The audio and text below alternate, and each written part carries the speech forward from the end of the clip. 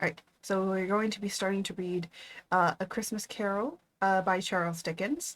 Uh, and it is very short, so it will be a very quick read. We probably will get through most of the book today. If not, we will finish it next week. I'm aiming for maybe about 2-3 hours of reading this to you all. I got my water. If I need to, I'll go and get more. But yeah, we're going to see how long it will take for all of us for me to read this all to you. But yeah, I do hope that you like and enjoy the new setup. This is how we're going to be reading it. And for those of you that do not know or to anything, normally you cannot read books, but because Charles Dickens and most of his books are within the public domain, I am allowed to read and create content based off of it. So this is me reading Charles Dickens to you all. By the way, stave one just means part one or chapter one, because for those of you that do not know, Charles Dickens actually originally would hand out pamphlets. So these pamphlets would have all of the story written, and then at the very end, they would publish them. A good movie to watch is what the oh my gosh, there's a really good movie that I don't know if Prime or somebody made about the story of how Charles Dickens ended up making A Christmas Carol. But if you have ever read a Charles Dickens book, they don't end very happily. This is probably one of the first ones that end really happily in a way, like a nice resolve, which is really interesting. But anyways, we're gonna start with stave one or chapter one or quote chapter one, Marley's Ghost. Marley was dead to begin with. There is no doubt whatever about that. The register of his brutal of his the register of his burial was signed by the clergyman, the clerk, the undertaker, and the chief mourner. Uh, Scrooge signed it, and Scrooge's name was upon a change for anything he chose to put his name to, his hand to. Old Marley was dead as a doornail. Mind, I don't mean to say that I know of my own knowledge what there is particularly dead about a doornail.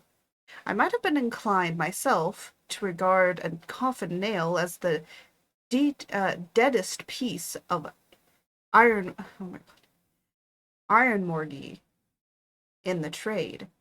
But the wisdom of hold on.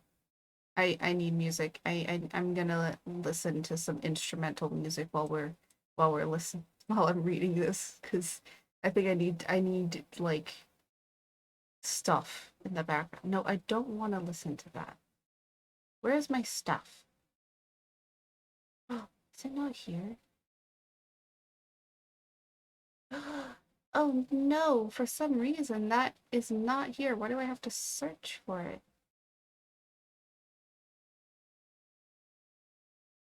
What? Oh, it might be that I have so many. No, where's my library? Here we go. Hold on. I'm trying to get music. Not for you guys to listen to, but for me to listen to. Oh, what?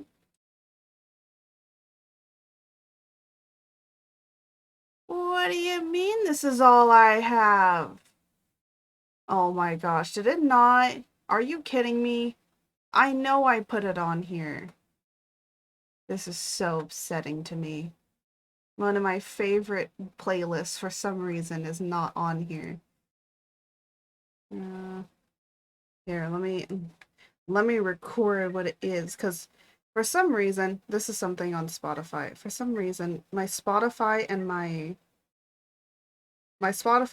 phone and my Spotify on my desktop are not connected to each other.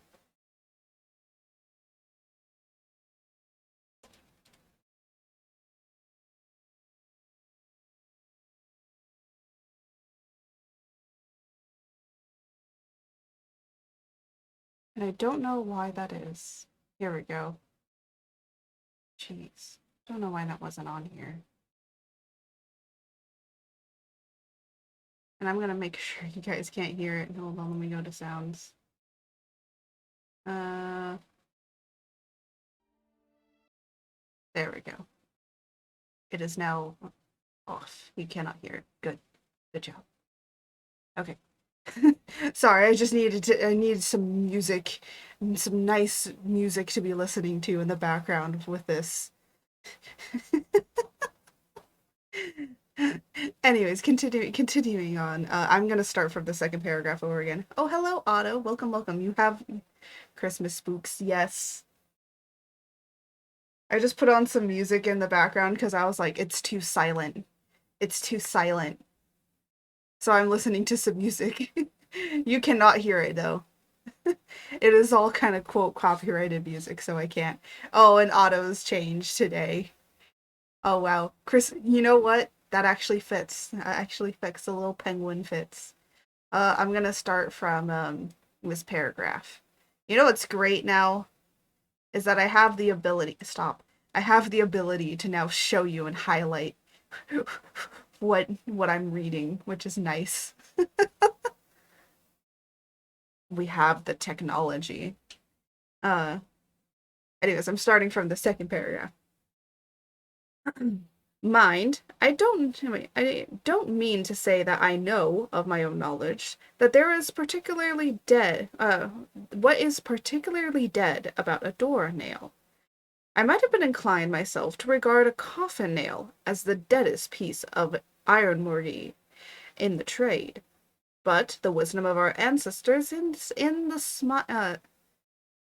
smile, and my unhallowed hands shall not disturb it, or the country's done for. You will therefore permit me to repeat, empathetically, that Marley was as dead as a doornail. Scrooge knew he was dead. Of course of course he did. How could it be otherwise? Scrooge and he were partners for I don't know how many years. Scrooge was his sole executor, his sole ambassador, his sole assign, his sole resider. Not resider, residuer. No, it is resider. I'm so stupid. Legatee. I don't know what a legatee means. His sole friend, his sole mourner. And even Scrooge was not so dreadfully cut up by the sad event.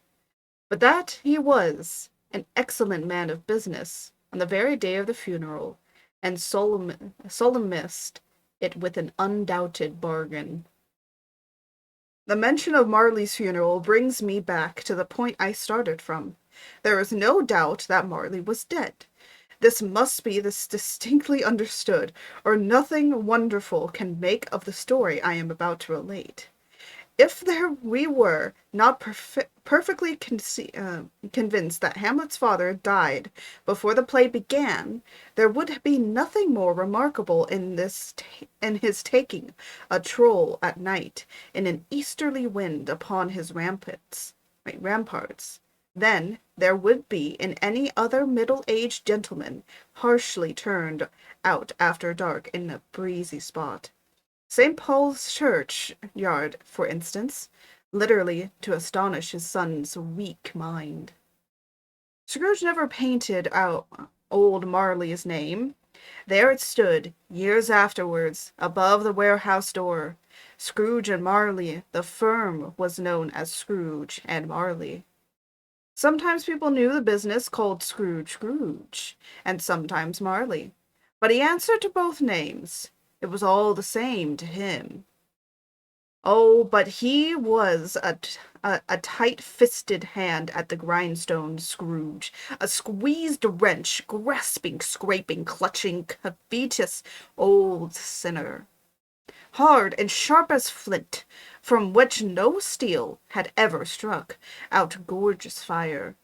Secret and self-contained, solitary as an oyster.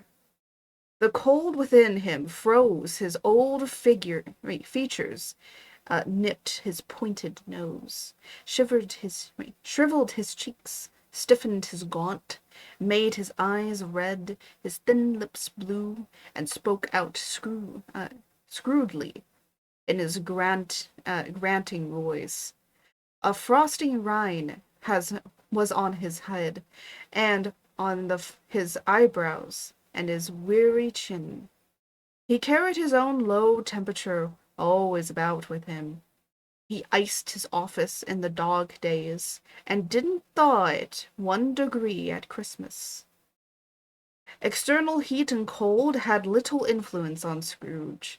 No warmth could warm, no wintry wither or chill him. No wind that blew was bitter than he. No no falling snow was more intent upon its purpose. No pelting rain less open to entry. Foul weather didn't know where to have him. The heaviest rain and snow and hail and sleet could boast of the advantage over him in only one respect. They often came down handsomely, and Scrooge never did.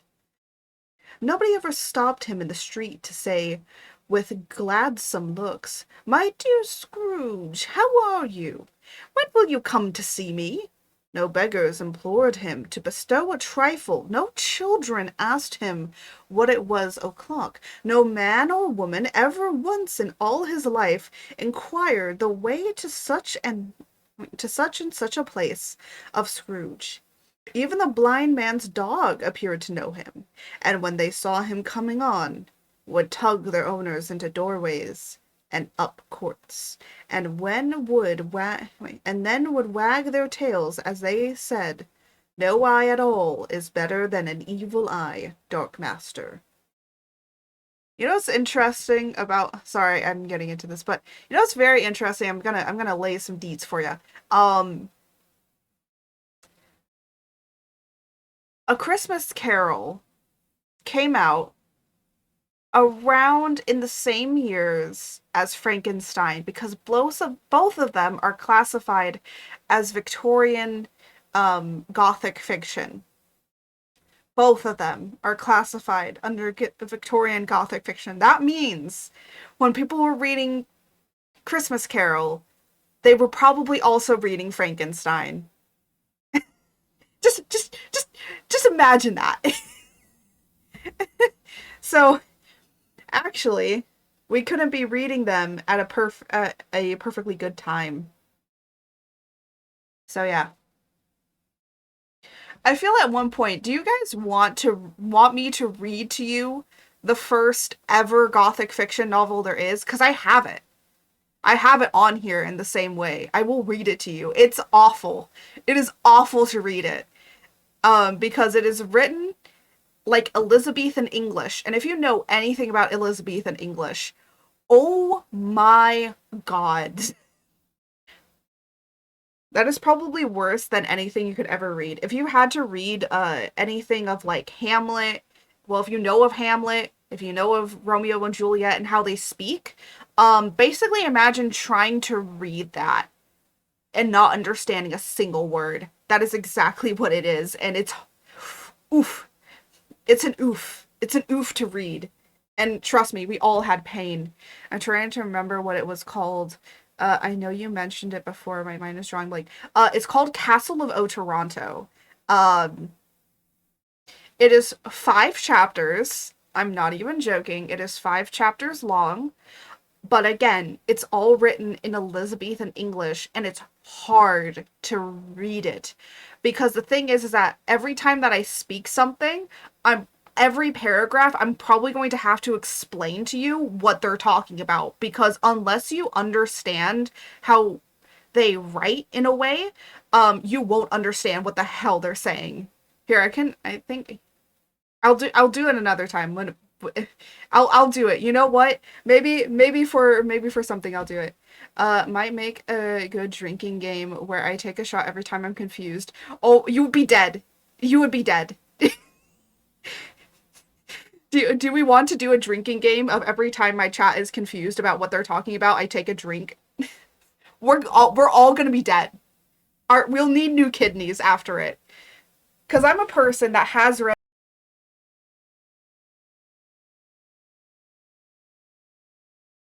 So that tells you something. When a person that knows and understands Elizabethan English can also become confused by it. Um, And man, it was a hard book to get through. I do have it. I can read it to you guys. I also have another disturbing one to read that we could read, but again, I don't think that I should read it because of certain situations that happen in it. I don't think I could read it just because it's very questionable. It also is classified as a gothic literature. And then another one I have is also again another gothic literature piece, but it's written by it's written by one of the first. These are like milestone stone books in Elizabethan in not Elizabethan in gothic fiction. But yeah. So this is a stepping stone in Victorian Gothic, and I'd say if you're trying to get into Gothic, Victorian Gothic is a good place to start. It's very easy to read. It's very easy to understand where the core, where like the Gothicness comes from. Because you only need two things in a Gothic novel in order for it to be classified as Gothic. The first one is um, supernatural things. It is just super. Does it have something supernatural to it? Um, it doesn't need to have horror. It can just be supernatural. Like Frankenstein didn't have horror. Frankenstein was not is not a horror book. It is a very, very psychological going through the supernatural of something being created that shouldn't be created. The second thing is the idea of the sublime. The idea of the sublime, I can go over this also in another reading. Maybe I'll have a workshop where we just talk about Gothic stuff, and that's all, we all talk about Gothic things. And I think that would be very interesting. If you're interested in that, um, I will do that if you guys are really, really interested. I'll have an entire like class. We're not gonna read books. No, I'm not gonna give you an assignment. It's just any questions you have about Gothic fiction. Like I'll just like I have a tell me what is it, like the tell thing where you ask questions. We can just do that, but we'll like make it specific for Elizabeth, for anything that you are asking about like Gothic fiction and like where the origins of it come from, how things have developed from it, in the history of Gothic fiction. So I think that'd be fun, and fun to talk about. I did take a lot of classes in professional writing, and I did take an entire class on Gothic literature. I'm not an expert, but I can at least tell you enough to where, like, it might answer some of your questions. If I can't answer them, I will be just like, go and look it up, because there's probably somebody that's smarter that knows more. But yeah, um, if you want to look into more of Victorian Gothic, like we're reading right now, Charles Dickens is always going to be a good one if you want to read anything from the Victorian era. Um, he covers a lot of things that happens in the Victorian era that you'll see and you'll notice. Um, and yeah, there's very a lot of interesting stuff. Charles Dickens is one that you can continue on reading for like forever. Um, you know, Frankenstein, anything that Mary Shelley has wrote is going to be in there.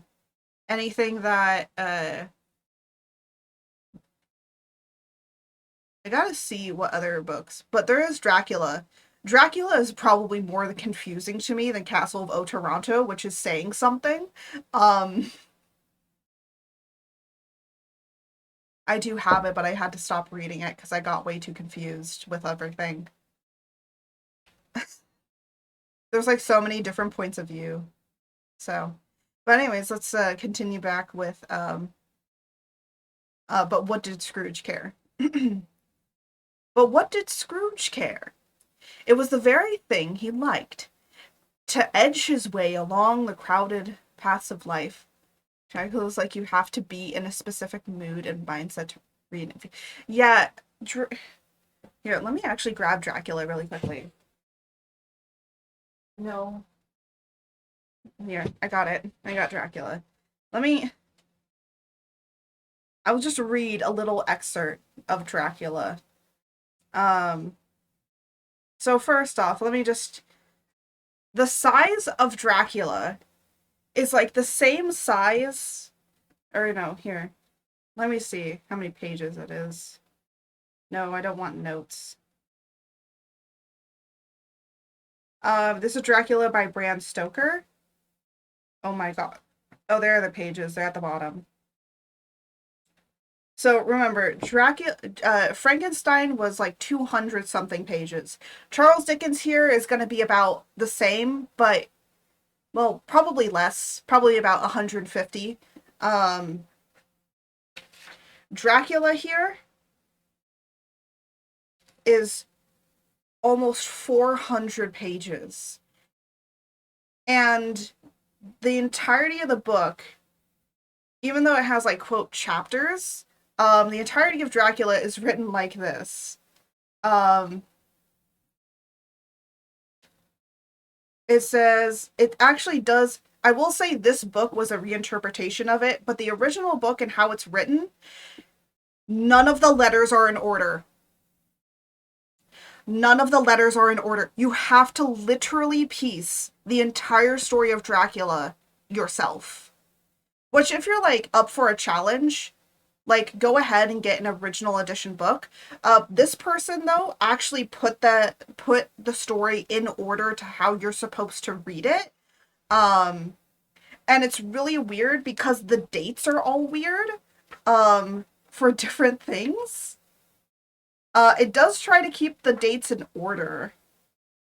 But in the original Dracula, from what I remember, is like these were letters that were getting sent to people, and so it would be in different things.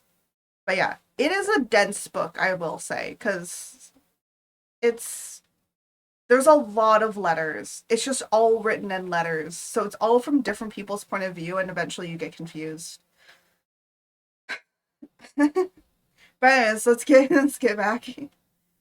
Uh, to edge his way along the crowded paths of life, warning all human sympathy to keep its distance, was what the knowing ones call nuts to Scrooge. Once upon a time, of all the good days in the year, on Christmas Eve, old Scrooge sat busy in the counting house. It was cold, bleak, biting weather, foggy withal, and he could hear the people in the court outside go wheezing up and down, beating their hands upon their breasts, and stamping their feet upon the pavement stones to warm them.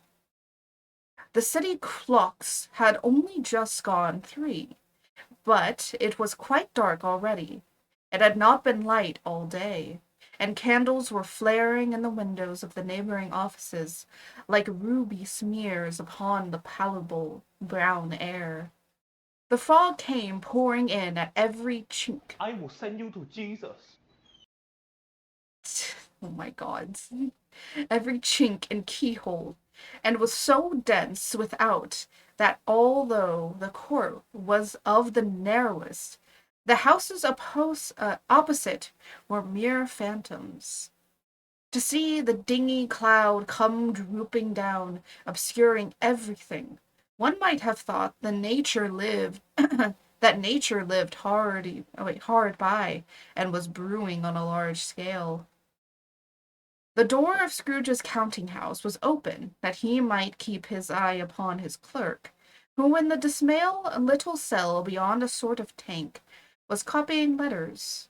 Scrooge had a very small fire, but the clerk's fire was very much smaller than it looked, like one coal. But he couldn't replenish it, for Scrooge kept the coal box in his own room. So surely as the clerk came in with a shovel, oh my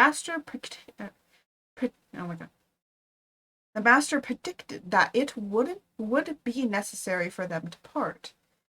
Wherefore the clerk put on his white comforter and tried to warm himself at the candle. In which effort, not being a man of strong imagination, he failed. So for those that don't know what accounting office is, he's basically just an accountant in a way. He's an accountant, but he's also like a money lender, so he lends out money. So he's kind of like a professional loan shark. That's what Scrooge is. So whenever you hear accounting office, it's basically like you going in and getting money that you need for the day, or money that you need for something, and then you pay them back, or to keep your affairs in order. So that's what a accounting house is. A Merry Christmas, Uncle! God save you! Cried a cheerful voice. Sorry. It was the voice of Scrooge's nephew, who came upon him so quickly that this was the first intimation he had of his approach. Bah! I will send you to Jesus.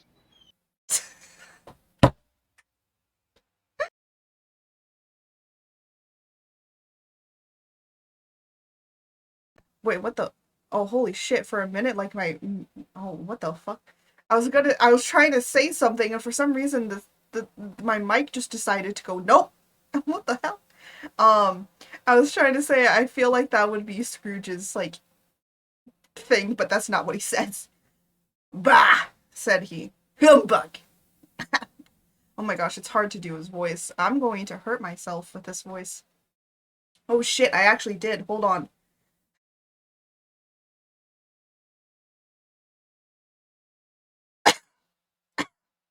Oh shit. My voice does not feel right.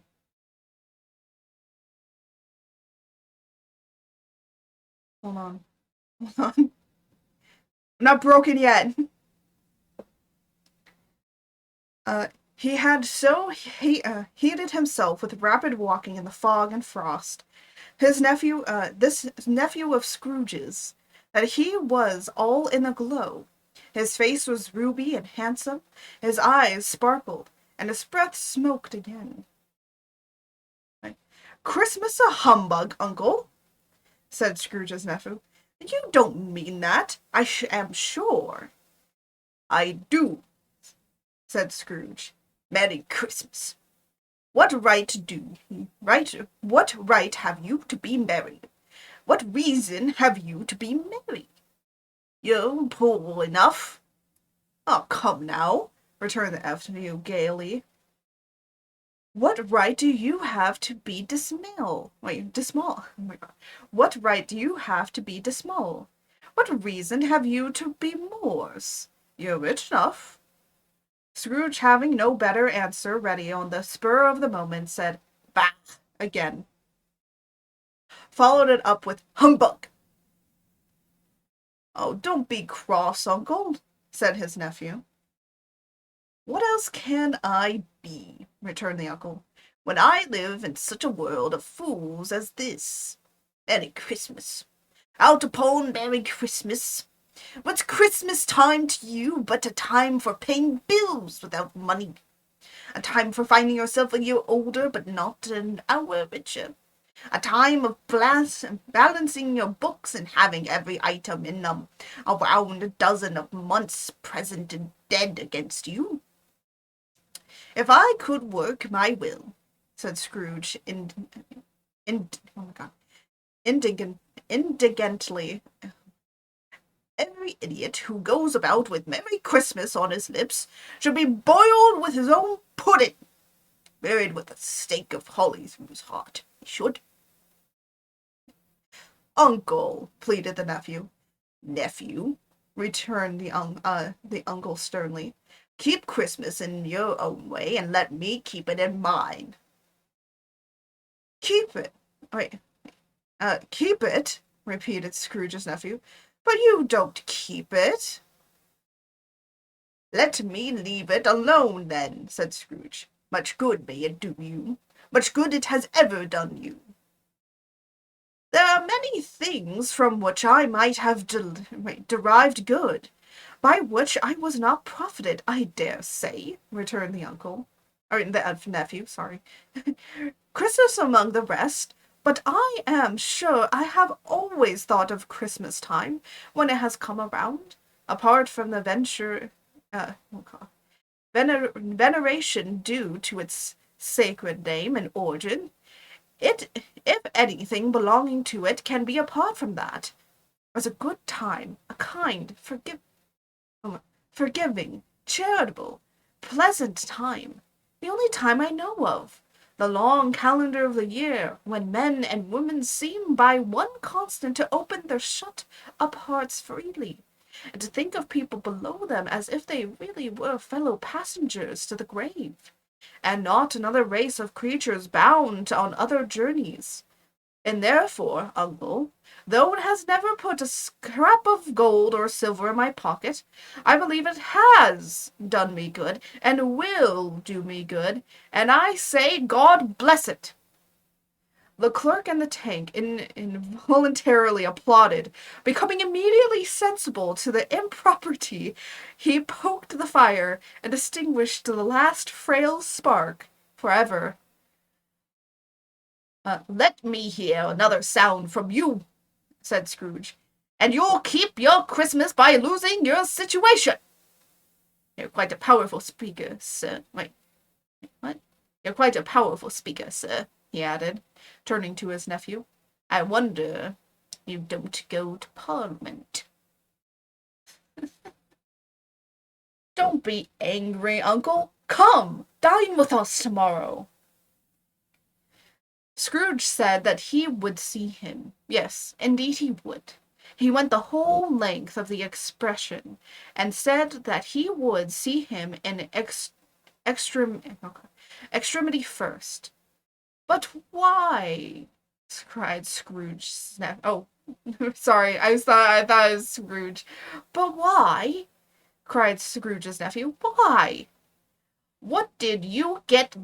Why did you get married? Said Scrooge. Because I fell in love. Because you fell in love, growled Scrooge, as if that were the only thing in the world more ridiculous than a Merry Christmas. Good afternoon. Nay, uncle, but you never came to see me before that happened.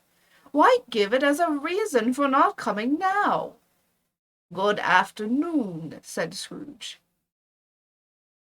I want nothing from you. I ask nothing of you. Why can't we be friends? Why can't we be friends? Sorry.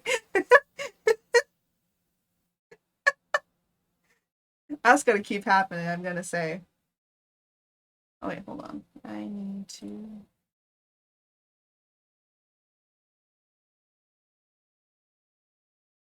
Sorry, I had one of my favorite songs that just came into my Spotify and had to go and like it really quickly before we moved on. Sorry you don't get to hear this amazing music, but unfortunately, I do not want to get hit with a copyright strike.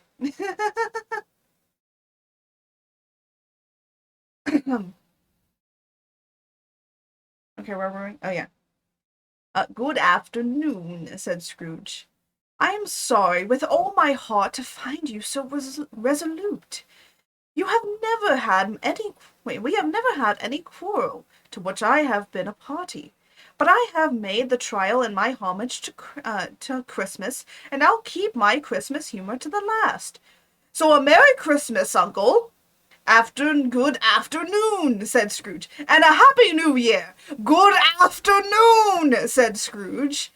His nephew left the room without an angry word. Notwithstanding, he stopped he stopped at the outer door to bestow the greetings of the season on the clerk, who, cold as he was warmer than Scrooge, for he returned them cordially. There's another fellow, muttered Scrooge, who overheard him. My clerk, with 15 shillings a week and a wife and family, talking about Merry Christmas. I'll retire to Bedlam. This lunatic, in letting Scrooge's nephew out, had let two other people in. They were portly gentlemen, pleasant to behold, and now stood with their hats off in Scrooge's office. They had books and papers in their hands, and bowed to him. We want Merry Christmas, but it sounds like fuck you too. I I mean, have you ever wait, guys, have you ever watched any film any film that was a Christmas Carol? Have you ever watched any like Christmas Carol film?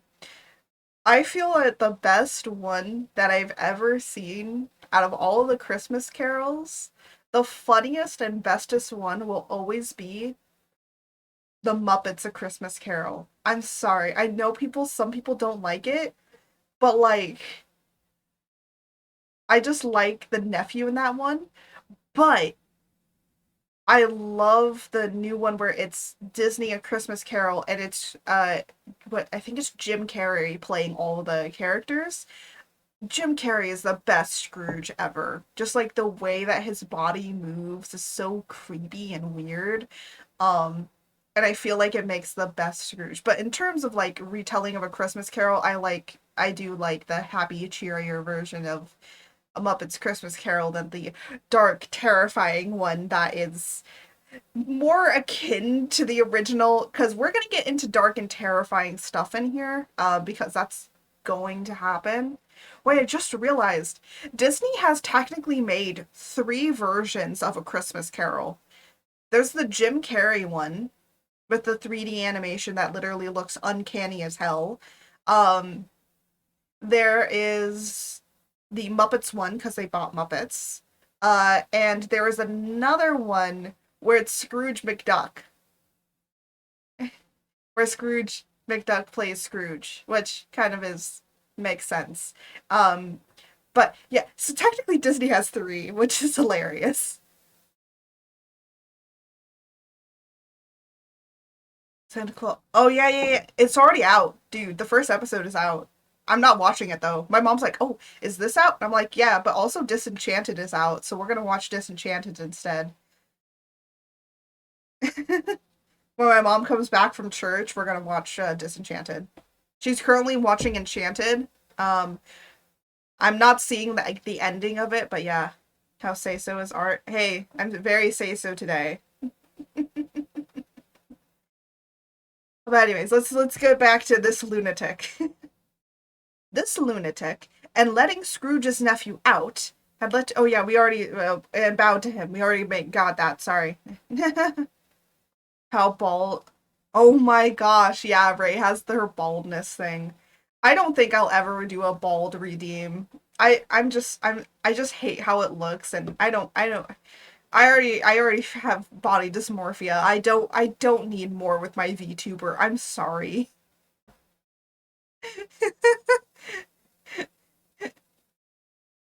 Also, it's just really hard to kind of program that. I don't want to deal with it. Even though that I'm doing it for my jacket because I have a jacket, but hey, it's how a cookie crumbles sometimes. Um So we're going to go to Scrooge and Marley. Scrooge and Marley's, I believe, said one of the gentlemen referring to his list. Have I. Oh, sorry. Have I the pleasantry of addressing Mr. Scrooge or Mr. Marley? Mr. Marley has been dead for these 7 years, Scrooge replied. He died 7 years ago this very night. We have no doubt his liberty is well represented by his surviving partner, said the gentleman presenting his credentials. It truly was, for they had been two kindred spirits. At the ominous word liberty, Scrooge frowned and shook his head, handed the credentials back. At this festival of the year, Mr. Scrooge, said the gentleman, taking up a pen, it is more than usual desirably that we should make some slight provision for the poor and destitute, who suffer greatly at the present time. Many thousands are in what of common necessaries. Hundreds of thousands are in want of common comforts, sir. Are there no prisons? Asked Scrooge. Plenty of prisons, said the gentleman, laying down the pen again. And the Union workhouses? Demanded Scrooge. Are they still in operation? They are, returned the gentleman. I wish I could say they were not. The treadmill and the poor law are all in full vigor, then, said Scrooge. Both very busy, sir. Oh, I was afraid. From what you said at first, that something had occurred to stop them in their full, useful course, said Scrooge. I'm very glad to hear it. Uh, hold on. No prisons. Ayo. Uh, just so you guys know, just a subtle thing about Charles Dickens for those that don't know. Charles Dickens' parents were in extreme debt and just ran away one day and left their son behind. And so Charles Dickens grew up in these poor houses, working as, you know how like the child labor problem was going on back then? Yeah, he was in child labor. He like literally did all this. And then he eventually got used to writing and then kind of grew his own stuff from there. So he made himself his own built man. But even still, people thought of him as this like kind of weird person because he was a very prominent author, but he kept writing about people that were poor and him getting to the into the higher society because of the money that he had. It seemed odd and it seemed weird. That he would write about these people. But in turn, it also made people sympathetic to actually do something to help. This is one of his only books that I know of that he actually writes about a person that is more well off, turning into a person that can be good for everybody. And so you'll notice when you read all the rest of Charles Dickens' books, because this one made him very famous, but he has many other famous ones. I think Oliver Twist is a Charles Dickens book, if I remember. Um, but yeah, there's most of the books that he writes of are mainly books about the poor, about the destitute, and all of that. And so it was very strange for him to have come out with this book talking about a person that was very well off and made himself his own man because he came from poor, made himself a very rich man and just hates everybody. Um, so it was very interesting. Um, Again, I gotta look up the movie. It was like a really good movie. That was like, oh, The Man That Invented Christmas. That's the movie. The Man That Invented Christmas is a very good movie. It's about Charles Dickens. Ray's stream crashed? Oh no! Oh no, poor little Ray. F and chat for Ray. Oh my gosh. I feel so bad for her. I hate it when the stream crashes. Sometimes it's like the computer just decides, hey yo, no more stream. It's like, what the fuck? That's what happened when I was doing something. Yeah, true F's in chat. Um, but yeah, anyways, about Charles Dickens a little bit. So that's something that you're gonna need to know. That's a very interesting fact. I will be putting little factoids in here because I think that's just fun and interesting to learn about different things like that. But yeah, the Man That Invented Christmas. If you can try and look up that movie somewhere for free, or if you have access to it, um, that's a very nice movie to watch. It's about Charles Dickens, uh, trying to figure out what his next book was, which is this book, and how he goes about writing it and where he gets his inspirations from. And it's really good because like even though that Charles Dickens was a very wealthy author, he still sometimes couldn't make enough. Um so yeah, he deals like with his own problems at home. He has a bunch of other problems elsewhere. It's like all weird and just bad, and so he uses everything. And that's what writers do. They use everything that's around them to make a novel, to make a book, to make a story. Um, so and even fantasy, even though this is fantasy in a way, this is still very cemented in real world stuff. So yeah, that's the interesting thing.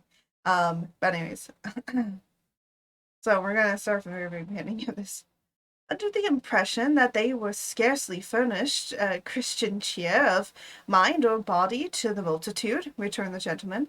A few of us are endeavoring to raise a fund to buy the poor some meat and drink and means of warmth.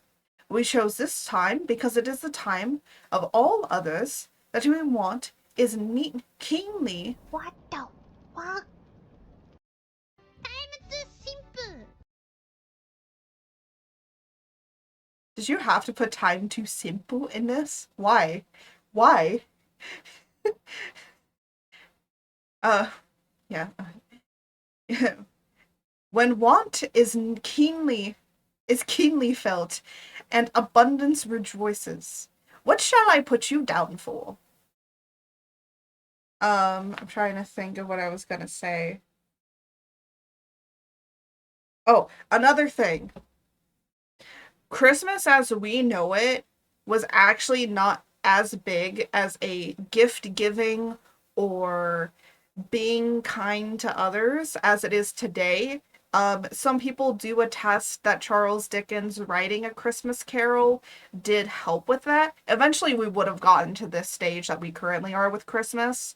Um, but Charles Dickens did help it along. That's why the movie is called The Man That Invented Christmas, because that idea of giving to people, being kind, being generous to others, even though that they might not have everything that you want, and that we should look on each other as equals, wasn't a really big idea back then until Charles Dickens wrote about it, and people were like, "Yeah, we have all this money. We don't need all this money. We can give it to people that need it." And so, yeah, it grew in sympathy. So, and that's what Charles Dickens was about, is to help, these people that were rich and well off to understand that, hey, we're all people here. It's just that we're struggling more and we need help. It's to be sympathetic. But also, Charles Dickens loved being vulgar. He liked being vulgar to that of the wealthy. He was not shy about it at all. He did not like many people. He was not a very, it's funny because he's like, he was a very loved author. He was not a very well liked man, except to those that knew him, like, that he wanted to be friends with. But those that he did not want to be friends with, he made it known. He made it very known that he did not want to be a friend with you. But yeah. Anyways, so what shall we put you down for? Nothing, said Scrooge replied. You wish to be anonymous? I wish to be left alone, said Scrooge. Since you ask me what I wish, gentlemen, that is my answer. I do not make merry myself for Christmas, and I can't afford to make idle people merry. I help to support the establishments I have mentioned. They cost enough, and those who are badly off must go there. Many can't go there, and many would rather die. If they would rather die, said Scrooge, they may had better do it, and decrease the surplus population. Because, excuse me, I don't know that. But you might know it, observed the gentleman. It's not my business, Scrooge returned. It's enough for a man to understand his own business, and not to interfere with other people's.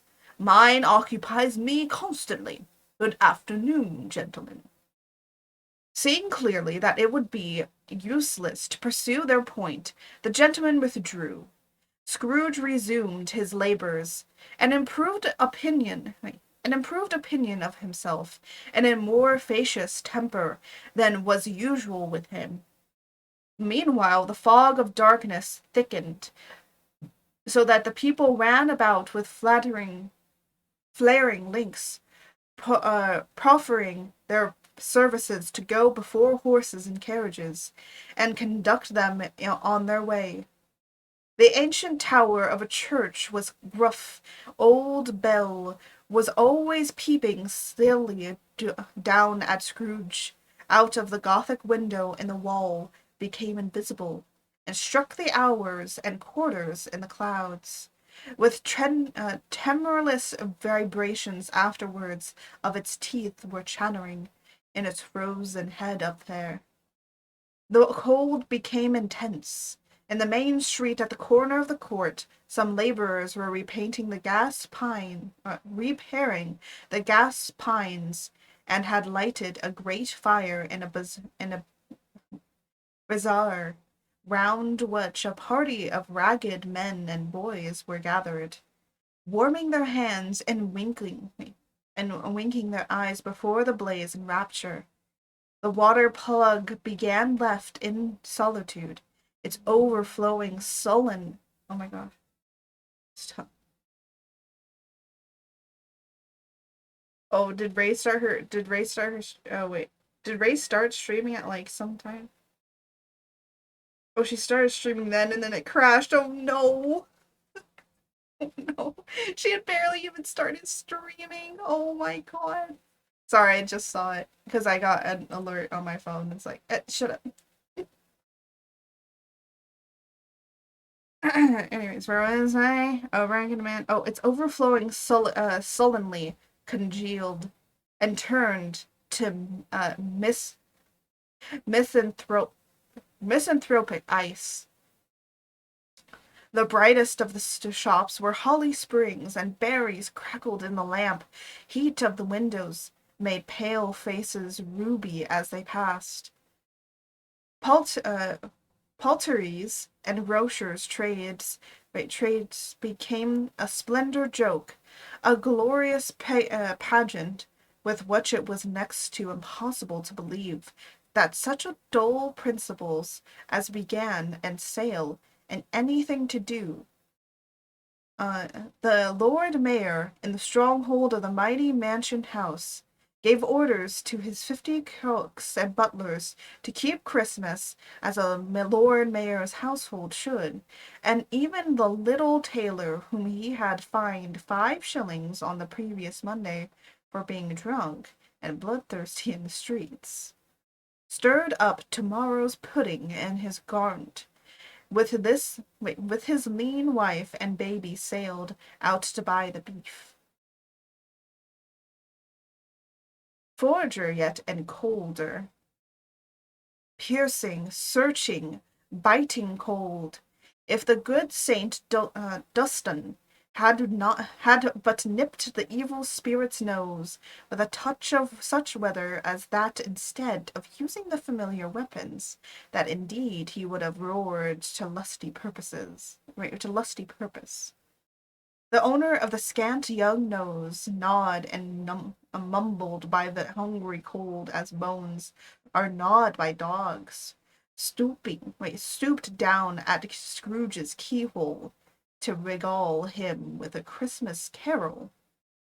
But at the first sound of God bless ye merry gentlemen, may nothing you dismay, Scrooge seized the ruler with such energy of action that the singer fled in terror, leaving the keyhole to the fog and even more congealed frost.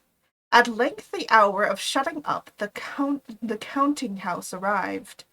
With an ill will, Scrooge dismounted from his stool and tactily admitted the fact to the excellent clerk in the tank, who instantly snuffed his candle out and put on his hat.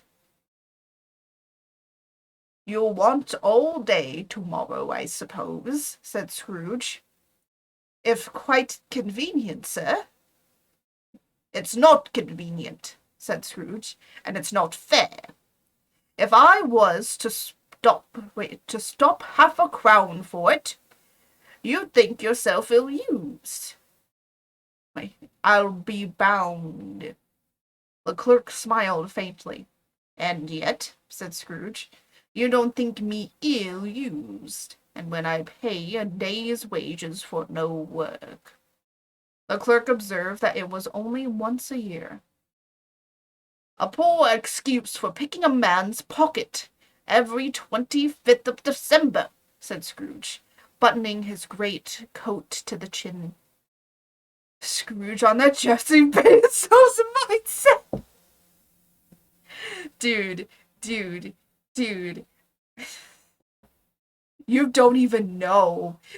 Honestly,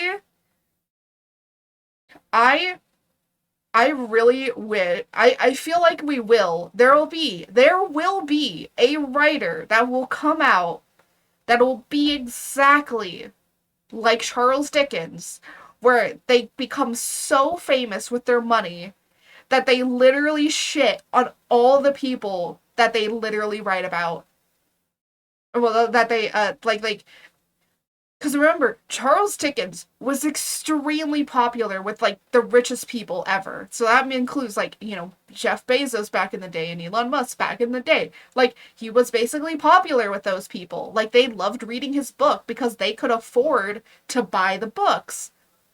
But the thing is that he made those books to shit on all of them. It's very funny. That all the people that loved his writing, he hated all of them. Of course, there was a few that he didn't like hate. There were a few that he did like, um, but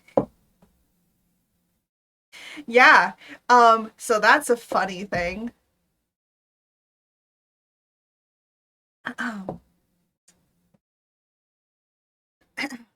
Anyways, let's. But yeah, there will be a writer that eventually will come out doing chores. Okay, bye. But I suppose you must have the whole day. Be here all the earlier the next morning. The clerk promised that he would, and Scrooge walked out with a growl. The office was closed in a twinkling, and the clerk, with the long ends of his white comforter, dangled below his waist, for the posted no greatcoat, went down a slide on Cornhill at the end of the lane of boys 20 times in honor of its being Christmas Eve, and then ran home to Comden town as hard as he could pelt to play at blindman's buff. Scrooge took his melancholy dinner in his usual melancholy tavern, and having read all the newspapers and begilded the rest of the evening with his banker's book, went home to bed. He lived in chambers which had once belonged to his deceased partner. They were a gloomy suit of rooms in lowering pile of buildings up a yard, where it had so little business to be, that no one could scarcely help fancying it must have run there when it was a young house. Help fancying it must have run there when it was a young house, playing at hide and seek with other houses, and forgotten the way out again. It was old enough now and dearly enough, for nobody lived in it but Scrooge, the other rooms being all let out of offices. The yard was so dark that even Scrooge, who knew its very stone, was fain to grope with his hands.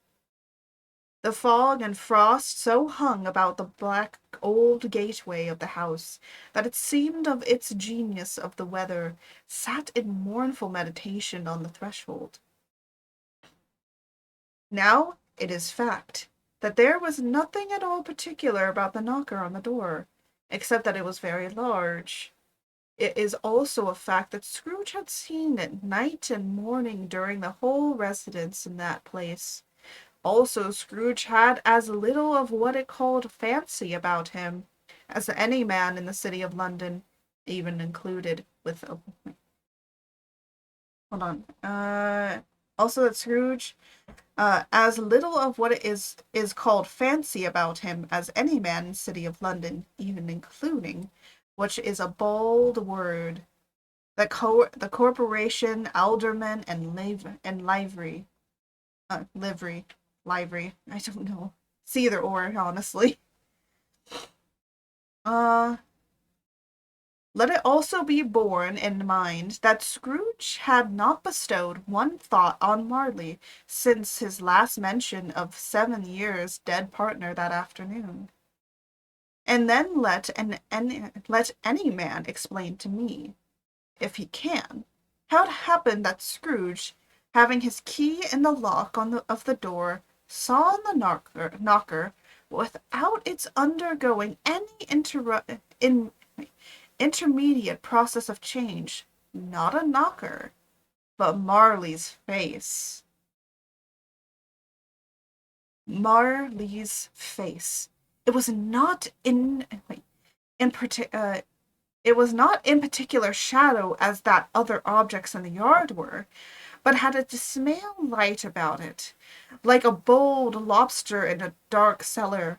It was not angry or furious, but looked at Scrooge as Marley used to look, with ghostly speeches turned up on its ghostly forehead.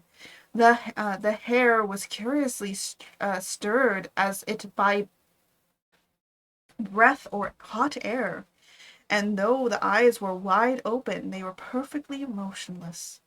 That and its livid color made it horrible, but its horror seemed to be in spite of the face and beyond its control, rather than a part of its own expression. As Scrooge looked fixedly on that phenomenon, it was a knocker again.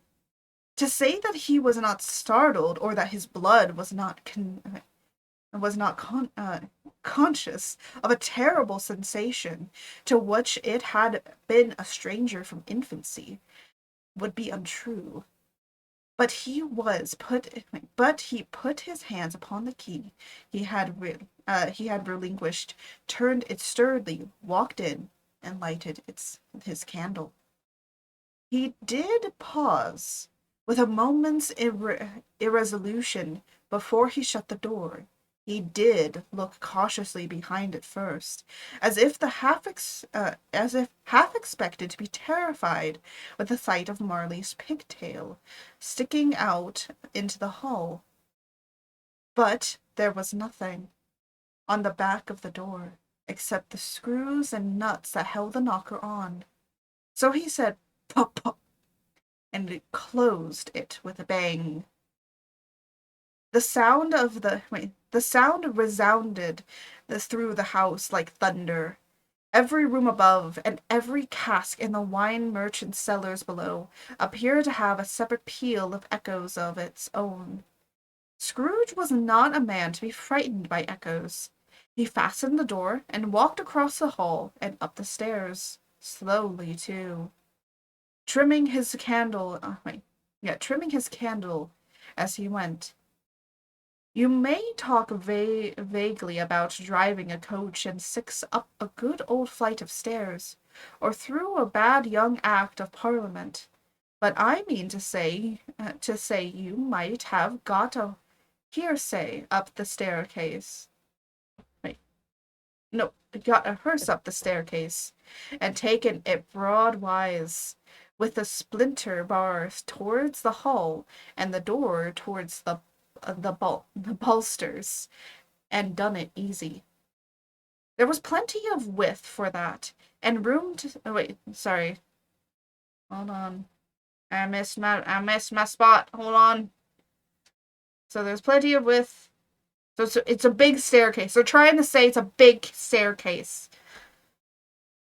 There was plenty of width for that, the room to spare, which is perhaps the reason why Scrooge thought he was a locomotive hearse going on before him in the gloom.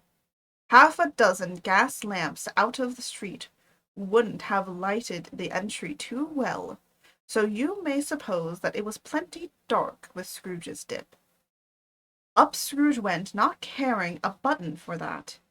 Darkness is cheap, and Scrooge liked it. But before he shut his heavy door, he walked through his rooms to see that all was well. He had just enough recollection of the face to desire to do that. Sitting room, bedroom, lumber room, all as they should be. Nobody under the table, nobody under the sofa, a small fire in the grate, spoon and basin ready, and the little saucepan of gruel. Scrooge had a cold in his head upon the hob. Nobody under the bed, nobody in the closet, nobody in the dressing gown, which was hanging up in a suspicious attitude against the wall. Lumber room as usual, old fire guard, old shoes, 2 fish baskets, washing stand on 3 legs, and a poker. Quite satisfied, he closed his door and locked himself in.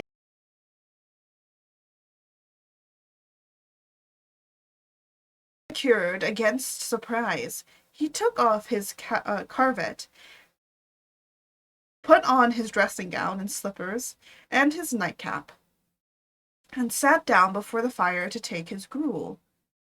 It was a very low fire indeed. Nothing on such a bitter night. He was obligated to sit close to it, and board over it, before he could exact the least sensation of warmth from such a handful of fuel. The fireplace was an old one, built by some Dutch merchant long ago, and paved all around with quaint Dutch tiles, designed to illustrate the scriptures. There were Cains and Abels, Pharaoh's daughters, queens of Sheba, angelic messages descending through the air on clouds like feather beds. Abraham's, Bessemar's, apostles putting off to sea in butter boats. Hundreds of figures attract his thoughts, and yet the face of Marley, even 7 years dead, came like a prophet's rod, and swallowed up the whole. If each smooth tile had been a blank at first, with power to shape some picture of its surface from the disjointed fragments of his thoughts, there would have been a copy of old Marley's head on every one. "Humbug!" said Scrooge, and walked across the room. After several turns he sat down. As he threw his head back in the chair, his glance happened to rest upon a bell, a disused bell that hung in his room, and communicated for some purpose now forgotten with a chamber in the highest story of the building. It was with greatest astonishment, and with a strange, inexplicable dread, that as he looked he saw the bell begin to swing. It swung so softly in the offset that it scarcely made a sound. But soon it rang out loudly, and so did every bell in the house. This might have lasted half a minute, or a minute, but it seemed an hour. The bells ceased as they had begun together. Ceased as they had begun together. They were succeeded by a clanking noise deep down below, as if some person were dragging a heavy chain over the casks in the wine merchant's cellar. Scrooge then remembered to have heard the ghosts in haunted houses were described as dragging chains. The cellar door flew open and a booming sound and then he heard the noise much louder on the floors below, then coming up the stairs, then coming straight towards his door.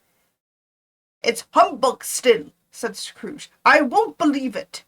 His color changed, though, when with a pause it came through the heavy door and passed into the room before his eyes. Upon its coming in, the dying flame leaped up as though it cried, "I know him, Marley's ghost," and fell again. Oh yeah, there's pictures. There's pictures. There's pictures. We have pictures now. Yes, I did download this thing with the pictures so I could show you. These are the original pictures that are in the book. So these are the actual pictures that if you were reading the actual book, these are the pictures that you will be greeted with. Look at the detail. Like, it's not great. It's not great detail, but like, it's pretty nice. You know, with all the shading, all that had to be hand done.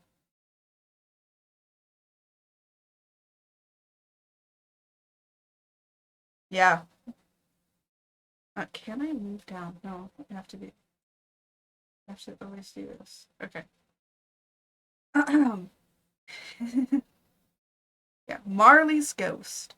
I know it's just continuation because we have the we have the page that has the picture on it. The same face, the very same face. Marley in his pigtail usual waistcoat, tights and boots, the tassel on the latter bristle, like his pigtail, and his coat skirts, and the hair upon his head. The chain he drew. The chain he drew was clasped about his middle. It was long and wound about him like a tail, and it was made, for Scrooge observed it closely, of cash boxes, keys, padlocks, ledgers, deeds, and heavy purses wrought in steel. His body was transparent, so that Scrooge observed him, and looking through his waistcoat, he could see 2 buttons on his coat behind. Scrooge had often heard it said that Marley had no bowels, but he had never believed it until now. No, no, nor did he believe it even now.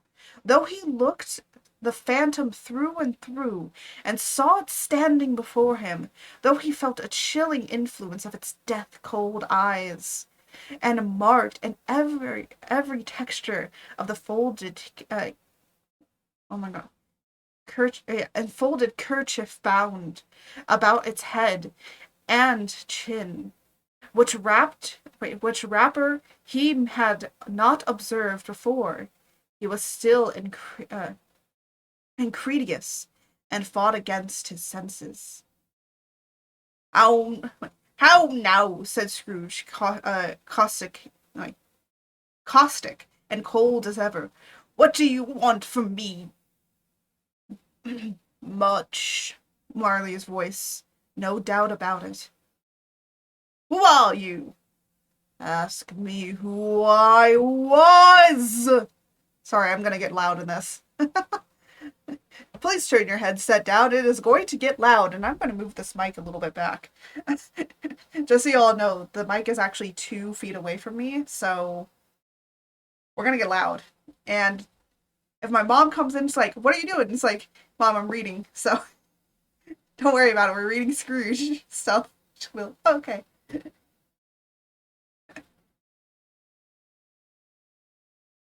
Okay. Who you were? Wait, who were you then? Said Scrooge, raising his voice. You're particularly for a, you're particular for a shade. He was going to say to a shade, but subsided this as a move more appropriate. In life I was your partner, Jacob Marley. Here, I'm gonna actually turn this down a little bit. We're getting to intenseness, sorry. I'm getting intense. We're getting intense in here. I have to literally probably turn down my audio so I don't peak.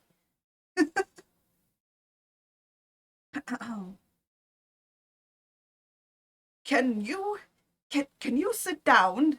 Asked Scrooge, looking doubtfully at him. I can. Do it then. Scrooge asked the question because he didn't know whether a ghost so transparent might find himself in a condition to take a chair, and felt that in the event of its being impossible, it might involve the necessary. See, I love these words. I can't even say there is no words. Necessity. There we go. Finally connected. Involve the necessity of an embarrassing explanation. But the ghost sat down on the opposite side of the fireplace as if he were quite used to it. You don't believe in me, observed the ghost. I don't, said Scrooge. What evidence would you have of my reality beyond that of your senses? I don't know, said Scrooge. Why do you doubt your senses? Because, said Scrooge, a little thing affects them. Slight disorder of the stomach makes them cheats. You may be undigested bit of beef, a blot of mustard, a crumb of cheese, a fragment of underdone potato. There's more of gravy than a grave about you, whatever you are. Scrooge was not much in the habit of cracking jokes, nor did he feel in his heart by any means waggish then. The truth is that he tried to be smart as a means of distracting his own attention and keeping down his terror, for the spectre's voice disturbed the very marrow in his bones. To sit staring at those fixed, glazed eyes in silence for a moment would play, Scrooge felt, the very deuce with him. There was something very awful, too, in the spectre's being provided with an infernal atmosphere of its own. Scrooge could not feel it himself, but this was clearly the case, for though the ghost sat perfectly motionless, its hair and skirts and tassels were still agented as by the hot vapor from an oven. You see this toothpick? Said Scrooge, returning quickly to the charge, for the reason just assigned, and wishing, though it were only for a second, to divert the vision's stony gaze from himself. I do, replied the ghost. You're not looking at it, said Scrooge. But I see it, said the ghost, notwithstanding. Well, returned Scrooge. Have Pac been listening and eating? Ooh, eating in and out? You boys. Also, welcome, Mexico. Hi, I saw you pop in. You with your little Isabella with a hatchet, as always. It's always a joy to see Isabel with a nice axe just pop in.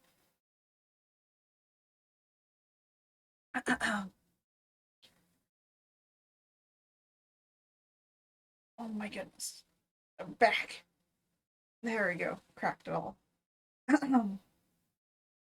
Well, returned Scrooge, I have but to swallow this, and be for the rest of my days persecuted by a legion of goblins, all of my own creation.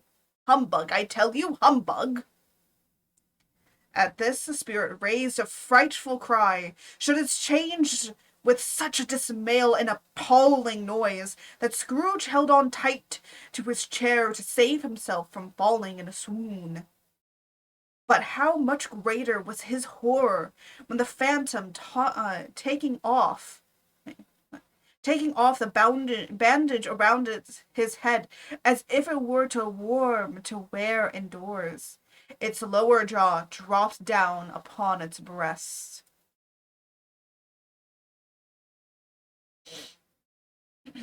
Scrooge fell upon his knees and clasped his hands before his face.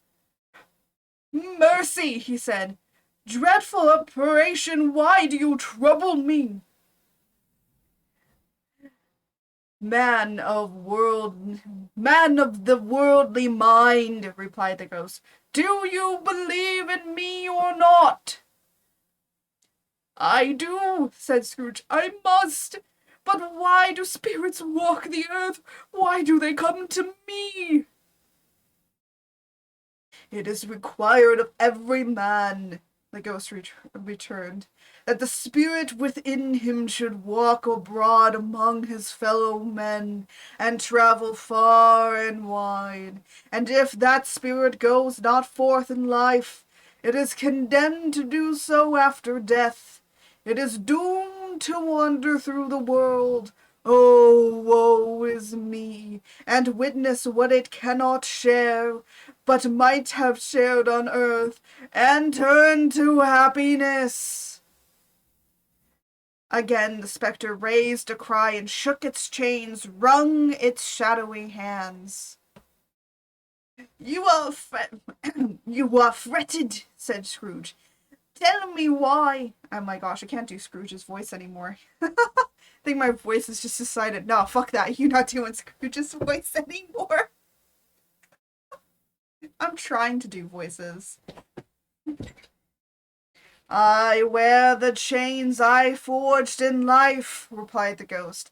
I made it link by link, yard by yard. I grinded it on my own free will, and of my own free will I wore it. It is a pattern strange to you. Scrooge trembled more and more.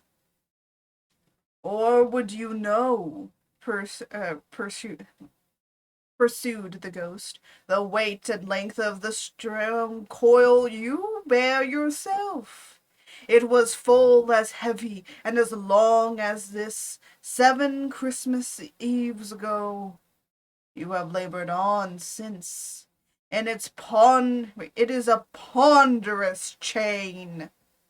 Scrooge glanced about him on the floor in expectation of finding himself surrounded by some 50 or 60 phantoms of iron clad, but he could see nothing.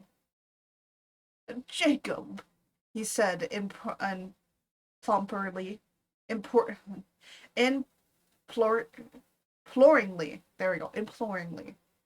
Oh, Jacob, tell me more. Speak comfort to me, Jacob.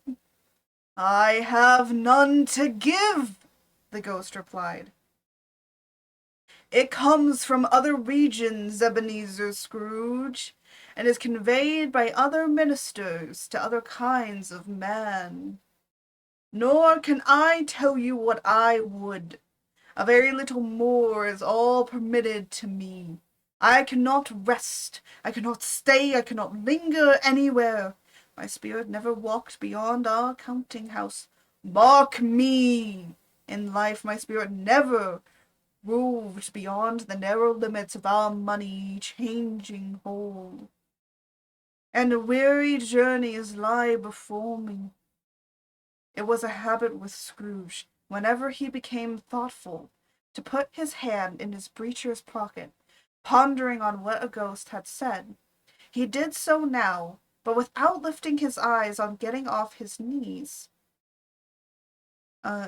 You must know, you must have been very slow about it, Jacob, Scrooge observed, in a businesslike manner, though with humility and deference.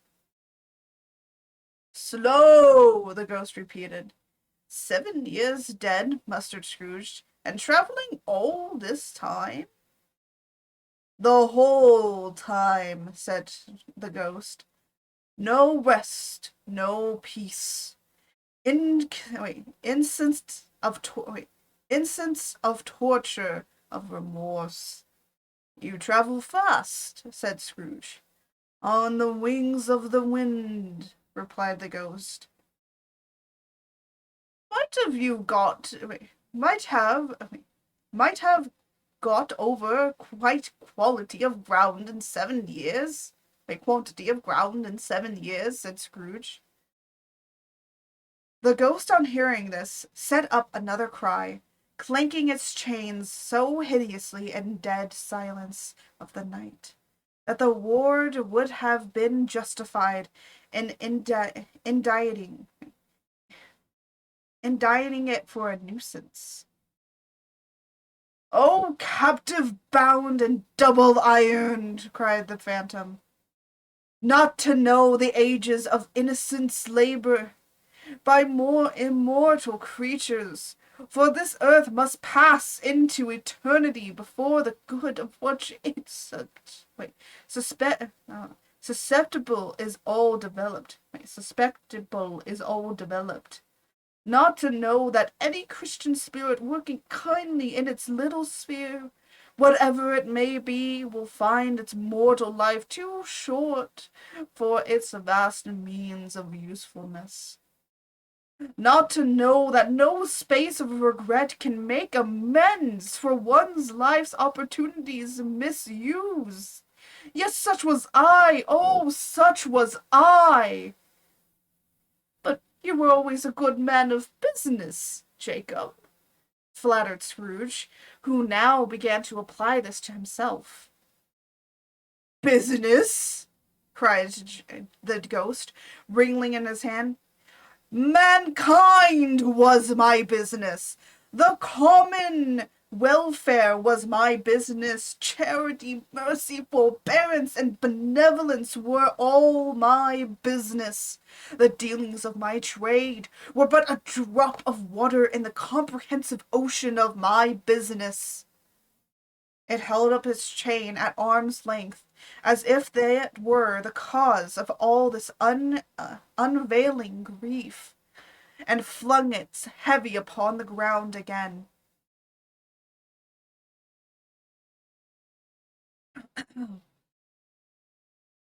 I might have to take a break to go get more water in a second.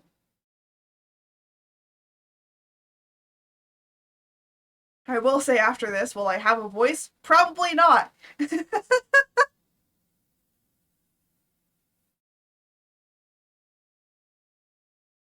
Why do I do such old man voices? I can't last with them, and yet I still try to do them. Uh, upon the ground. At this time of the rolling year, the spectre said, I suffer most. Why did I walk through the crowds of which its light would have consulted me? It's the thought that counts. Yeah, it is. Hey, you know what would be funny? It's like if I do all this, it'd be funny if I do all this stuff and then I literally get like a message from like audiobooks or something and says, "Hey, we want you to do an audiobook." And I'm gonna be like, "Are you sure about that?" It'd be funny if someone goes, "Hey, we want to pay you in order to fucking do this." And it's like, "Sure, but I do it for free." So,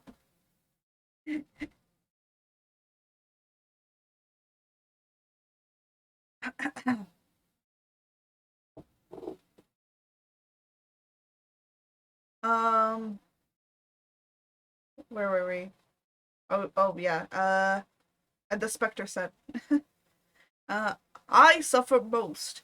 Why did I walk through crowds of fellow beings with my eyes turned down, and never raise them to that blessed star which led the wise man to a poor abode?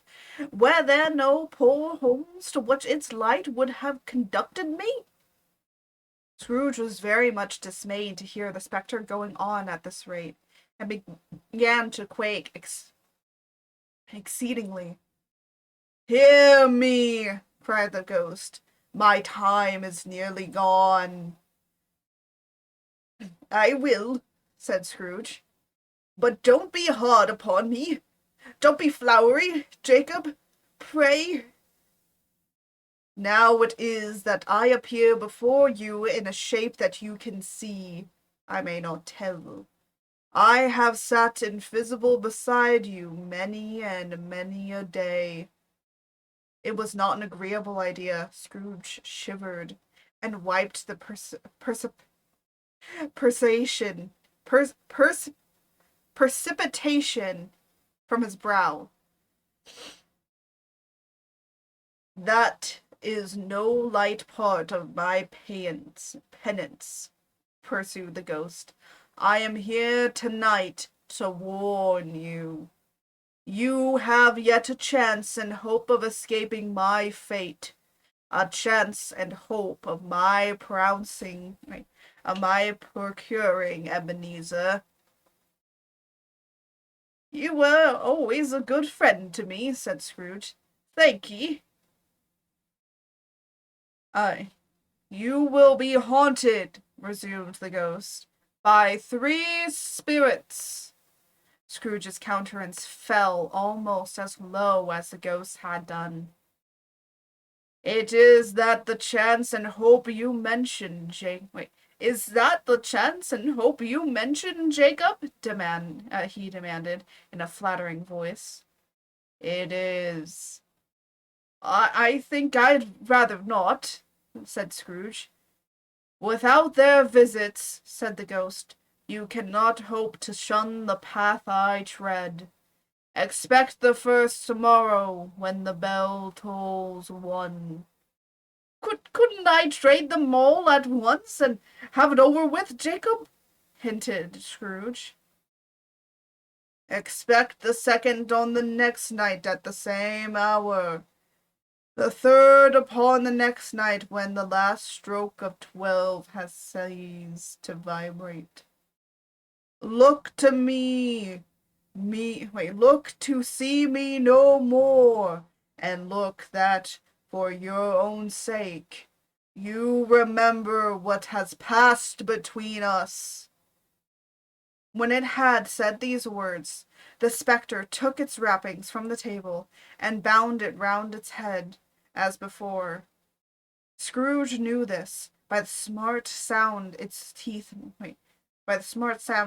made when the jaw were brought together by the bandage. He ventured to raise his eye again and found his supernatural visitor confronting him in an erect attitude, with its chain wound over and around its arm. The apparition walked backwards from him. At every step it took, the window raised itself a little, and when the spectre reached it, it was wide open. It beckoned Scrooge to approach, which he did. When they were within 2 paces of each other, Marley's ghost held up its hand, and warning him to come no nearer, Scrooge stopped. Not so much in obedience as in surprise and fear, for on the raising of the hand he became sensible. Okay, I will send you to Jesus. I shall send you. This is a very befitting I will send you to Jesus. By the way, every time you see my model break, it's me drinking water, so I'm getting well thirsted up here. Oh fear. For the raising of the hand, Ray finally got swing back. Ooh, nice. Go and tell her it crashed. Oh no! Go tell her I am so sorry and that I tell her I love her. Give her a kiss for me.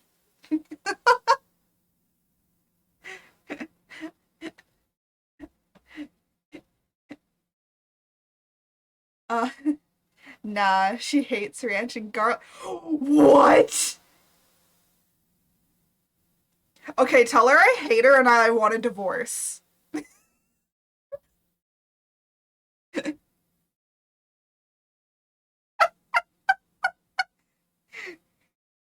Reasons? What are your reasons of divorcing Ray? She hates ranch and garlic. She said she's attracted people. She said attractive people hate ranch and garlic. Hey, am I not attractive? She called 99% of chat ugly. Oh my god, Ray is turning into a goblin. Oh my god, she's such a savage.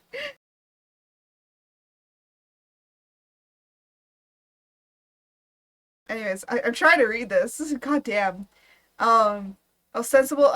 So he became sensible of confused noises in the air, incoherent sounds of lamentation and regret, wailings inexpressible, sorrow and self-accossery.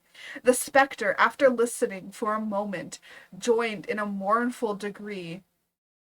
She told us to leave if we like ranch or garlic. I said she'll have 0 views. Honestly. Oh my, you know what? You know what I just realized? Ray is Scrooge and I'm Marley. You can't, come on. I, I will be Marley telling her all the shit that you say will come back to haunt you one day and you will have chains longer than me. One day you shall, and it shall be hurtful towards you.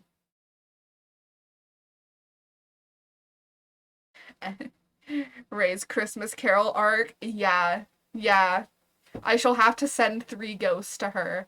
I shall have to send no, not ghosts, 3 spirits to her to change her ways. The first spirit will be Jose, the second one will be Otto, and the last one will be Tyrant, will be Drunken. It'll be Drunken. Drunken will be the last one to be sent to her. We will force feed her garlic bread. Yes. There'll be Jose will be the Jose will be that I'm trying to think. Jose will be the spirit of garlic. Otto, I don't know what you would be the spirit of. Drunken will be the spirit of savagery. Write this all down. Write this all down. Write this all down, everybody.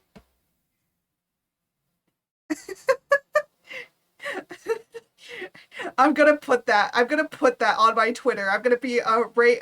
I'm gonna put. I'm gonna put. I'm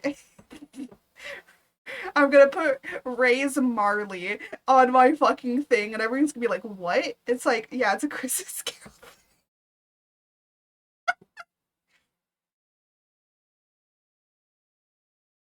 Anyways, let's continue on. Um, the spectre, after listening for a moment, joined in the mournful degree, and floated out upon the bleak, dark night. Scrooge followed to the window. Desperate in curiosity, he looked out. The air was filled with phantoms, wandering hither and thither in restless haste, and moaning as they went. Every one of them wore chains like Marley's ghost. Some few, they might be guilty governments, were linked together. None were free. Many had been personally known to Scrooge in their lives. He had been quite familiar with one old ghost in a white waistcoat, with monstrous iron safe attached to his ankle. He tried piteously at being unable to assist a wretched woman with an infant whom it saw below. Upon a dark step, the misery. She wants a divorce because you like garlic? Oh my gosh. No, no, no. Okay, you know what? You know what? It's okay. Tell Ray it's okay. I'll just make all your food with no seasoning. No, tell Ray that all her food, rate her just to talk shit. Yeah, I am. That's what I was planning. I'm planning this now. God damn, we're already in a Twitter. We're already gonna be in a beef about this. I'm joking. No, I'm not gonna dump somebody over that garlic raid. Yes, we're gonna call it the garlic raid. If you can find a garlic emote, that would be awesome. Lechonk. Oh my gosh, the Lechonk. That was fun. I like that my entire stream was just Lechonks. Um. So the misery with them all was the misery with them all was clearly that they sought to interfere for good in human matters, and had lost the power forever. Today's Real Housewives of Art episode getting spicy. Yeah, it is. Also, here's all the ghosts. So here's the wretched woman. Here, this is the wretched woman. That means that she's just, on her lonesome. And here are all the ghosts trying to help her.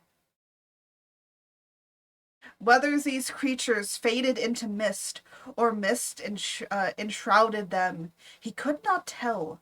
But they and their spirit voices faded together, and the night became as it had been when he walked home.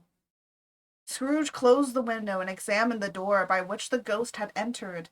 It was double-locked, as he had locked it with his own hands, and the bolts were undisturbed. He tried to say humbug, but stopped at the first syllable, and began from the emotion he had undergone, or the fatigues of the day, or his glimpse of the invisible world, or the dull conversation of the ghost, or the lateness of the hour, much in need of repose. Went straight to bed, without undressing, and fell asleep upon the instant. Uh, yeah, we are on number 2.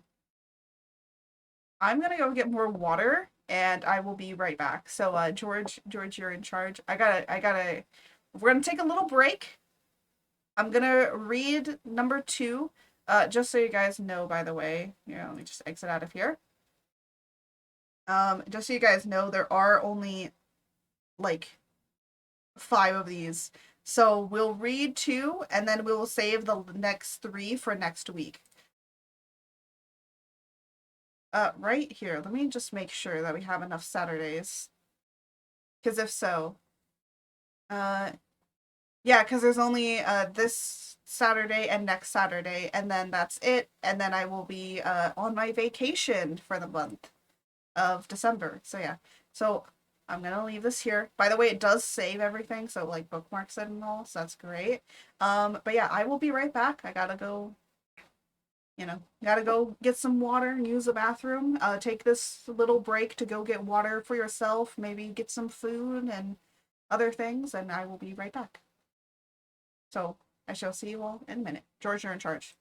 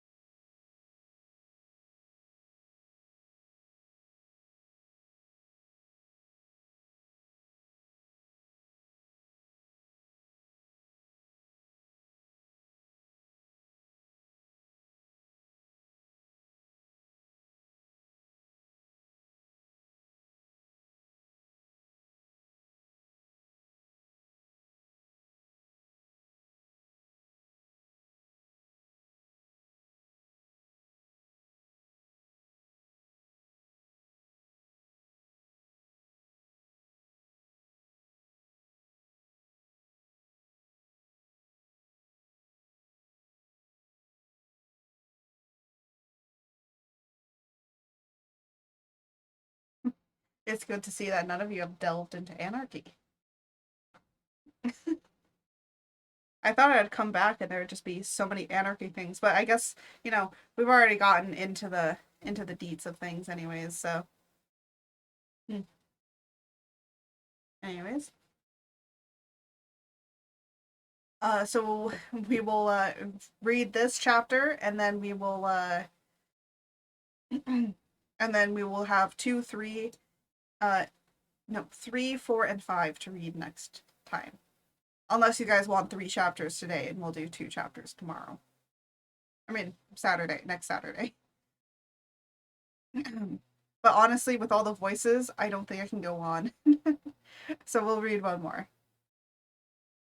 When Scrooge awoke, it was so dark that looking out of the bed he could scarcely distinguish the transparent window from the uh, opaque walls of his chamber.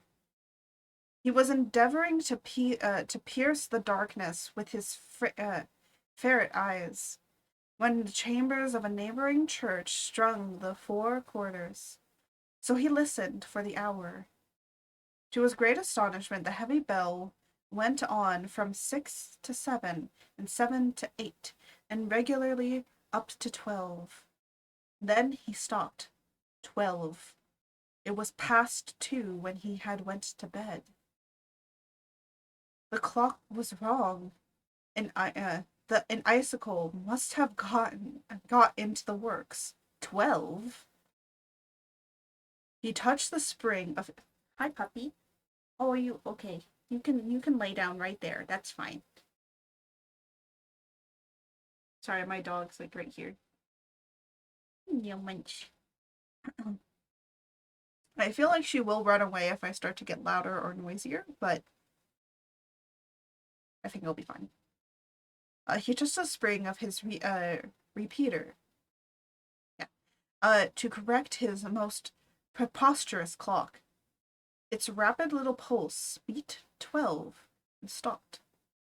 Why, it isn't possible, said Scrooge, that I can have slept through a whole day and far into another night. It is impossible that anything has happened to the sun, and this is 12 at noon. The idea began an alarming one. He scrambled out of bed and groped his way to the window. He was obligated to rub the frost off with his sleeve of his dressing gown before he could see anything, and Cloud see every little before he could see anything, and Cloud see every little then. All he could make out was that it was still very foggy and extremely cold, that there was no noise of people running to and fro, and making a great stir, as that unquestionable would have been if night had beaten off bright day, and then possession of the world. This was a great relief, because 3 days after seeing the first exchange pay to Ebenezer Scrooge for his order, and so forth, would have become a mere United States security if there were no days to count by. Scrooge went to bed again, and thought and thought and thought it over and over and over, could make nothing of it. The more he thought, the more perplexed he was, and the more endeavoring not to think, the more he thought. Marley's ghost bothered him exceedingly.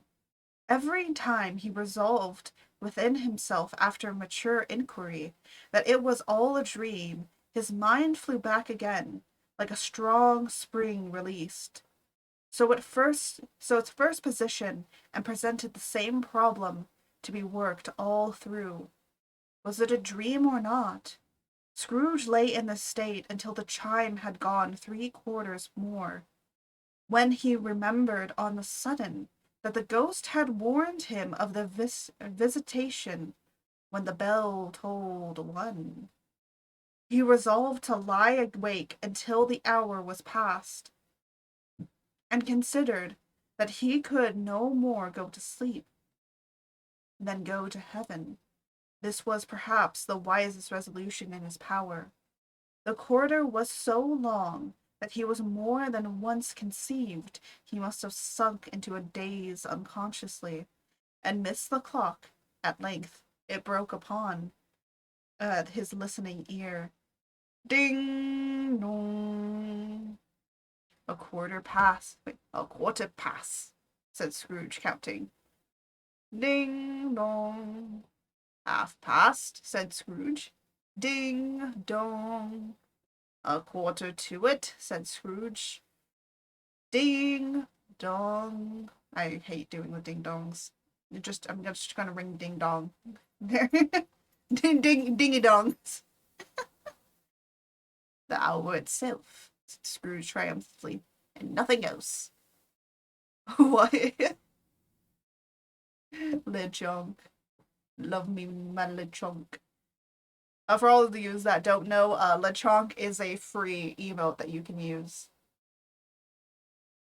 for the coming of Violet and Scarlet. The funny thing is it seems like Lechonk is a I don't know, it reminds me of another pig from an anime. I don't know why. He spoke before the hour bell sounded, which it now did with a deep, dull, hollow, melancholy one. Light flashed up in the room upon the instant, and the curtains of his bed were drawn. The curtains of his bed were drawn aside, I tell you, by a hand, not the curtains at his feet, nor the curtains at his back, but the ones which his face was addressed. The curtains of his bed were drawn aside, and Scrooge, staring up into a half-recumbent attitude, found himself face to face with the unearthly visitor who drew them, as close to it as I am now to you, and I am standing in the spirit at your elbow. It was a strange figure, like a child, yet not so like a child as like an old man, viewed through some supernatural medium which gave him the appearance of having receded from the view, and being diminished to a child's proportions.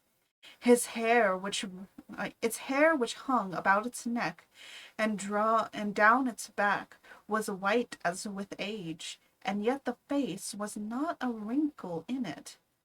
The tenderness bloom was on the skin. The arms were very long and muscular, the hands the same, as if its hold were and yet the face had not a wrinkle in it. Oh wait, as the hold were of uncommon strength. Its legs and feet were delicately formed, where, like those upper members, bare. It was a tunic of purest white. Round its waist was a band of luxurious belt, the sheen of which was beautiful. It held a branch of fresh green holly in its hand, and in singular contradiction of that wintry emblem, and its dress trimmed with summer flowers. But the strangest thing about it was the form, the crown, that from the crown of its head there sprung a bright, clear jet of light, by which all was visible, and which was doubtless the occasion of using, in its duller moments, a great extinguisher for a cap, which it now held under its arm. So, I don't know if you guys have actually watched the Disney A Christmas Carol, but that representation of how the ghost looks is very, very eerie. It's very disturbing. And these spirits are not meant to look nice like as they do in other retellings. They're meant to look creepy as hell.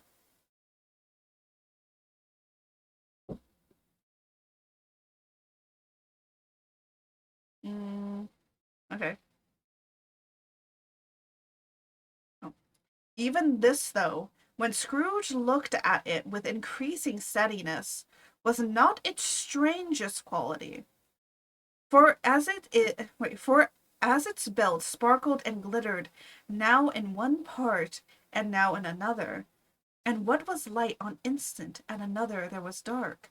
So the figure itself fluctuated in the distinctness, being now a thing with one arm, now with one leg, now with 20 legs, now a pair of legs without a head, now a head without a body, of which dissolving parts no outline would be visible in the dense gloom, whitherein they melted away. And in the very wonder of this, it would be itself again, distinct and clear as ever. Are you the spirit, sir, whose coming was foretold to me? Asked Scrooge. I am. The voice was soft and gentle, singularly low, as it, instead of being so close beside him, it were at distance. Hold on.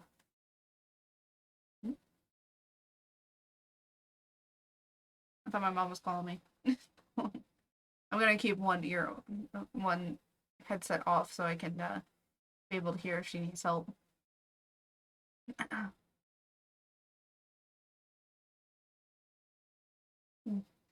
Okay. Uh, who are you? Wait, who and what are you? Scrooge demanded. I am the ghost of Christmas past. Long past? Inquired Scrooge, observant to its dwarfish stature. No, your past. Perhaps Scrooge could not have anybody have told anybody why, if anybody could have asked him. But he had a special desire to see the spirit in his cap, and begged him to be covered. What? Exclaimed the ghost. Would you so soon put out with worldly hands the light I give? It is not enough that you are one of those whose passions made this cap, and force me through whole trains of years to wear it low upon my brow. Scrooge reverently disclaimed all the intention to offend or any knowledge of having wilfully bonneted the spirit at any period of his life.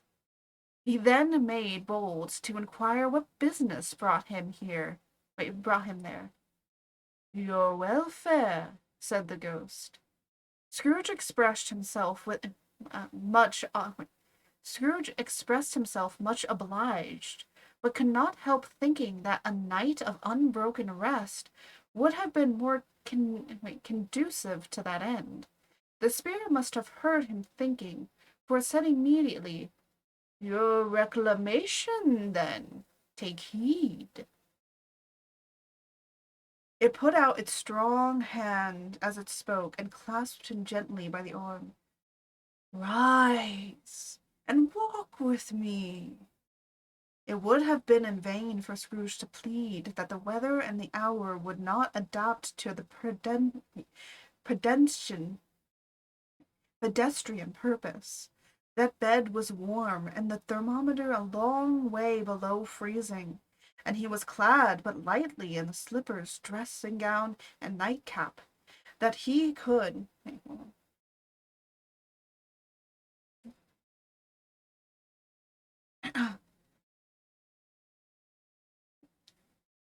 nightcap that he had a cold upon him. At that time, the grasp, though gentle as a woman's hand, was not to be resisted. He rose, but finding that the spirit made towards the window, clasped his robe in supplication. I am mortal, Scrooge remonstrated, and liable to fall. Bear but a touch of my hand there, said the spirit, laying it upon his heart, and you shall be upheld in more than this. As the words were spoken, they passed through the wall and stood upon an open country road. The fields on their hand, the city had entirely vanished. Not a vestige of it was to be seen. The darkness. I will send you to Jesus. I shall send you to Jesus. Oh my gosh.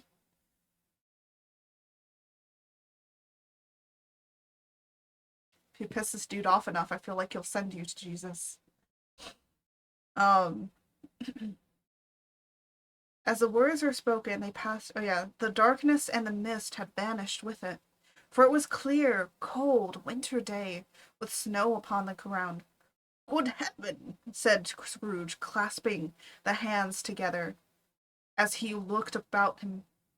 I was bred in this place. I was a boy here. The spirit gazed upon him mildly. Its gentle touch, though it had been light and instantaneous, appeared still present to the old man's sense of feeling. He was conscious of 1,000 odors floating in the air, and one connected with 1,000 thoughts and hopes and joys and cares long, long forgotten. Your lip is trembling, said the ghost.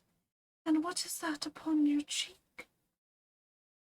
Scrooge muttered with an unusual catching in his voice that it was a pimple and begged the ghost to lead him where he would. You recollect the way? Inquired the spirit. I remember it, cried Scrooge with fervor. I could walk it blindfolded. Strange to have forgotten it for so many years, observed the ghost. Let us go on. They walked along the road. Scrooge recognized every gate and post and tree until a little market town appeared in the distance with its bridge, its church, and winding river. Some shaggy ponies now were seen trotting towards them with boys upon their backs, who called to each other in country gigs, and carts driven by farmers. All these boys were in great spirits, and shouted to each other, until the broad fields were so full of merry music that the crisp air laughed to hear it. These are but shadows of the things that have been, said the ghost. They have no consciousness of us. The joyous travellers came on, and as they came, Scrooge knew that and named them every one. Why was he rejoiced beyond all bounds to see them? Why did his cold eye glisten, and his heart leap up as they went past? Why was he filled with gladness when he heard them give each other Merry Christmas as they parted at crossroads and byways for their several homes? What was Merry Christmas to Scrooge? Out upon Merry Christmas! What good had it ever done to him? The school is not quite deserted, said the ghost. A solitary child, neglected by his friends, is left there still. Scrooge said he knew it, and he sobbed.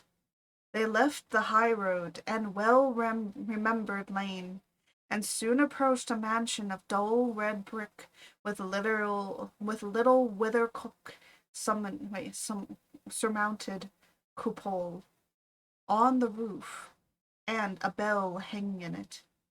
It was a large house, but one of broken fortunes, for the spacious offices were little used, their walls were damp and mossy, their windows broken, and their gates decayed.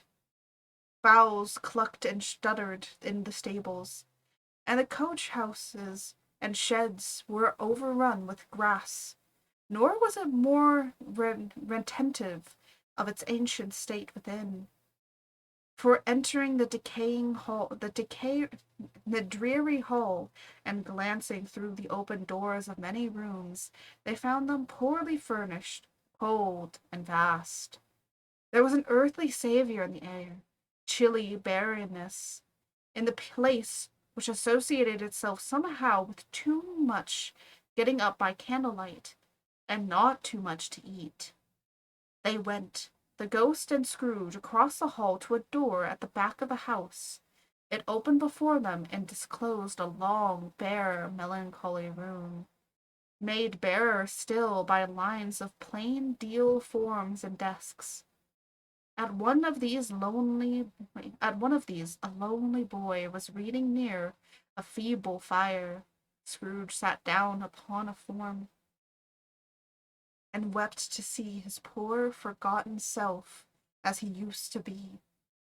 Not a latent echo in the house, not a squeak and a scuffle from the mice behind the paneling, not a drip from the half-thawed water-spout in the dull yard behind, not a sigh among the leafless boughs of one despondent polar, not the idle swinging of an empty storehouse door, no, not a clicking in the fire, but fell upon the heart of Scrooge with a softened influence, and gave fear passage to his tears. The spirit touched him on his arm, and pointed to his younger self, intent upon his reading. Suddenly a man in foreign garments, wonderfully real and distinct to look at, stood outside the window, with an axe stuck in his belt, and leading by the bridle an ass laden with wood. "Why, it's Ali Baba! Why, it's Ali Baba!" Scrooge exclaimed. "It's dear old honest Ali Baba. Yes, yes, I know. One Christmas time, when yonder solitary child was left here all alone, he did come.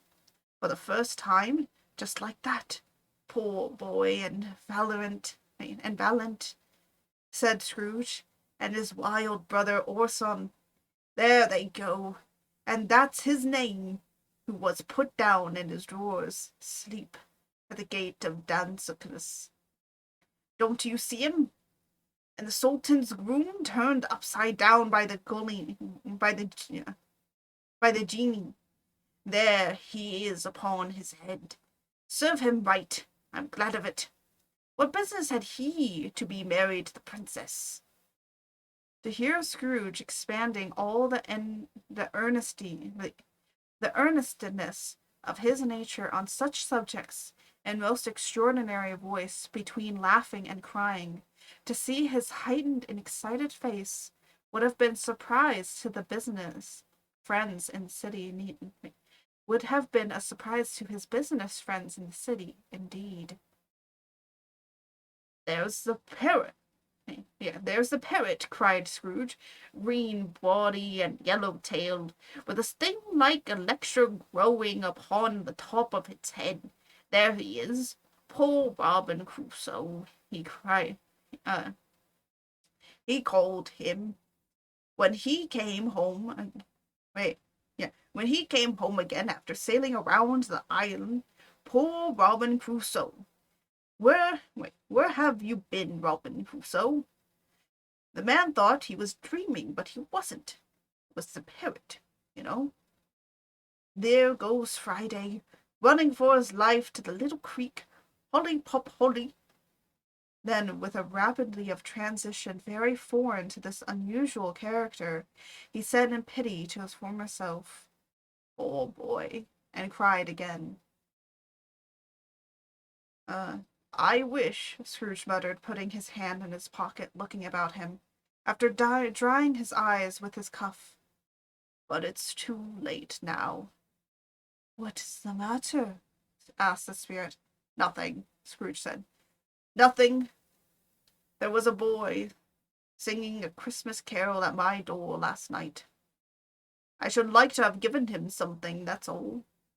The ghost smiled thoughtfully, and waved its hand, saying as it did, "Let us see another Christmas." Scrooge's former self grew larger at the words, and the room became a little darker and more dirty. The panels shrunk The windows cracked, fragments of plaster fell off of the ceiling, and the naked loths were shown instead. But how all this was brought about, Scrooge knew no more than you do. He only knew that it was quite correct, that everything had happened so, that he was alone again, when all other boys had gone home for jolly holidays. He was not reading now, but walking up and down despairingly. Scrooge looked at the ghost, and with a mournful shaking of his head, glanced anxiously towards the door. It opened, and a little girl, much younger than the boy, came darting in, putting her arms around his neck and often kissing him, addressing him as her "dear, dear brother." "I have come to bring you home, dear brother," said the child, clapping her tiny hands and bending down to laugh. "To bring you home, home, home." "Home, little Fran," returned the boy. "Yes," said the child, brimful of glee. "Home for good and all. Home for ever and ever. Father is so much kinder than he used to be. The home's like heaven. He spoke so gently to me one dear night when I was going to bed, and I was not afraid to ask him once if you might come home. And he said yes, you should, and sent me in a coach to bring you, and you're to be a man," said the child, opening her eyes. And I'll never to come back here. But first, we're to be together all the Christmas long, and have the merriest time in all the world." "You are quite a young woman, little Fran," exclaimed the boy. She clapped her hands and laughed, tried to touch his head, but being too little, smiled again. "Oh, hi, Potato."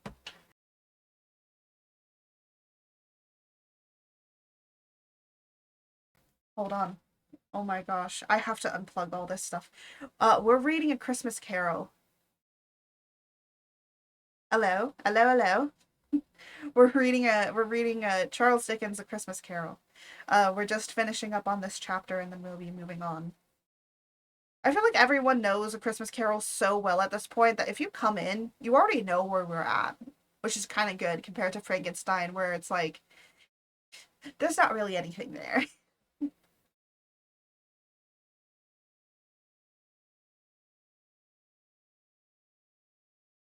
Anyways, she clapped her hands and laughed, tried to touch his head, but being too little, laughed again, and stood on a tippy-toe to embrace him. Then she began to drag him in her childish eagerness towards the door, and he, nothing loath to go, accompanied her. A terrible voice in the hall cried, uh, "Bring, uh, bring down Master Scrooge's box there." And in the hall appeared the schoolmaster himself, who glared on Master Scrooge with a ferocious condescension,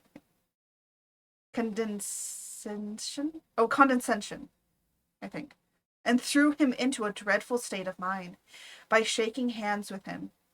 He then conveyed him and his sister into the veriest old well of a shivering best parlor and ever was seen, where the maps upon the hall and the celestial and terrestrial globes in the windows were waxy with cold. Here he produced a decanter of curiously light wine and a block of curiously heavy cake, and administered installments of these dainties to the young people, at the same time sending only a marriage servant to offer a glass of something to the postboy, who answered that he thanked the gentleman, but if it was the same tap as he had tasted before, he had rather not. Master Scrooge's trunk being by this time tied on the top of the chassis, the child bade the schoolmaster good-bye right willingly, and getting into it, drove gaily down the garden sweep, the quick heels dashing the hoar frost and snow from off the dark leaves of the evergreens like spray. Always a delicate creature, whom a breath might have withered, said the ghost, but she had a large heart. So she had, cried Scrooge. You're right. I will not gainsay it, spirit. God forbid. She died a woman, said the ghost, and had, as I think, children. One child, Scrooge returned. True, said the ghost. Your nephew. Scrooge seemed uneasy in his mind and answered briefly, yes. Although they had but the moment left the school behind them, they were now in the busy thoroughfares of a city, where shadowy passengers passed and passed, where shadowy carts and coaches battled for the way. All the strife and tumult of a real city were. It was made plain enough by the dressing of the shops that here too it was Christmas time again, but it was evening and the streets were lighted up. The ghost stopped at a certain warehouse door and asked Scrooge if he knew it. Know it? Scrooge said. Was I apprenticed here? They went in. At the sight of an old gentleman in a Welsh wig, sitting behind such a high desk that if he had been 2 inches taller, he might have knocked his head against the ceiling, Scrooge cried in great excellence, Why, it's old Fezziwig! Bless his heart, it's Fezziwig alive again! Old Fezziwig laid down his pen and looked up at the clock, which pointed to the hour of 7. He rubbed his hands and adjusted the capicus waistcoat. I don't know what a capicus is. I have to look that up. Laughed all over himself, from his shoes to its organ of benevolence, and called out in comfortable, oily, rich, fat, jovial voice, Yo-ho there, Ebenezer, Dick!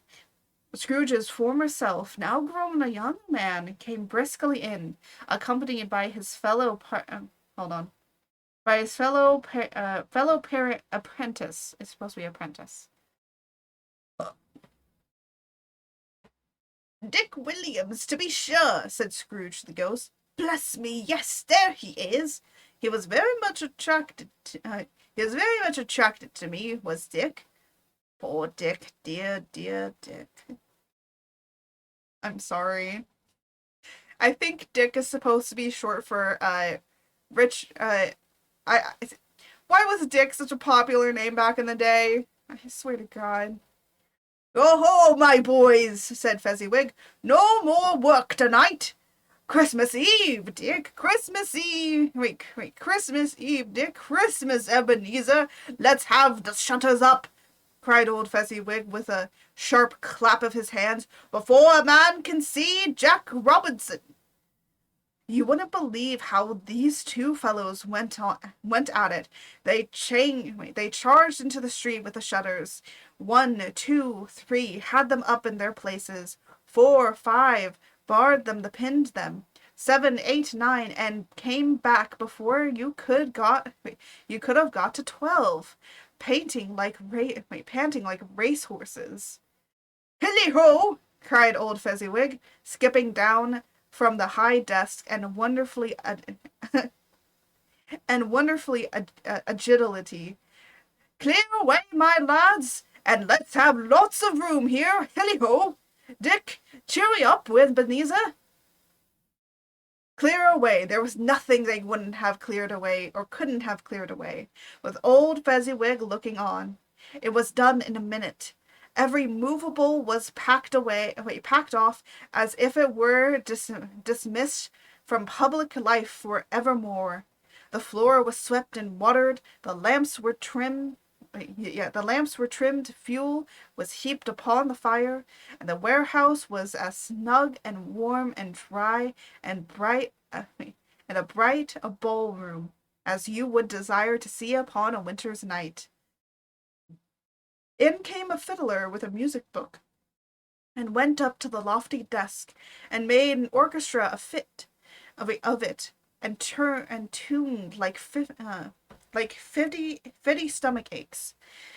In came Mrs. Fezziwig, on one vast sustainable smile. In came the three Miss Fezziwigs, beaming and lovable.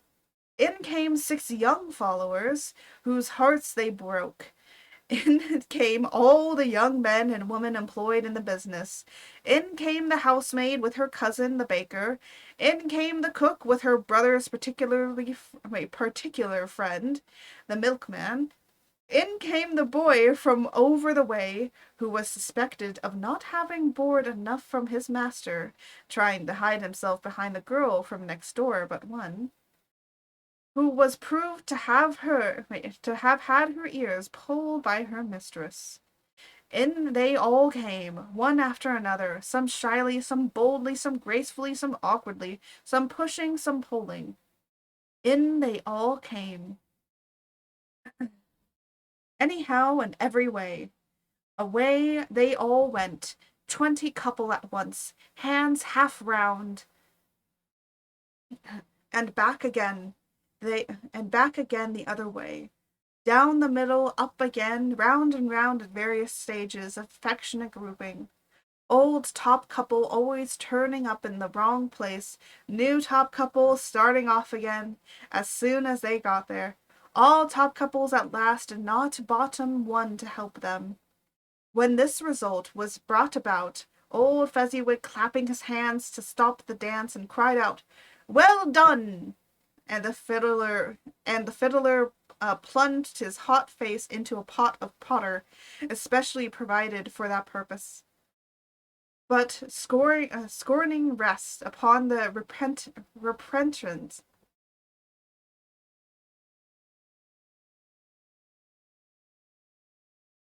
Though there were no dancers yet, as if the other fiddler had been carried home exhausted on a shutter, and he were a brand new man, resolved to beat him out of sight or perish.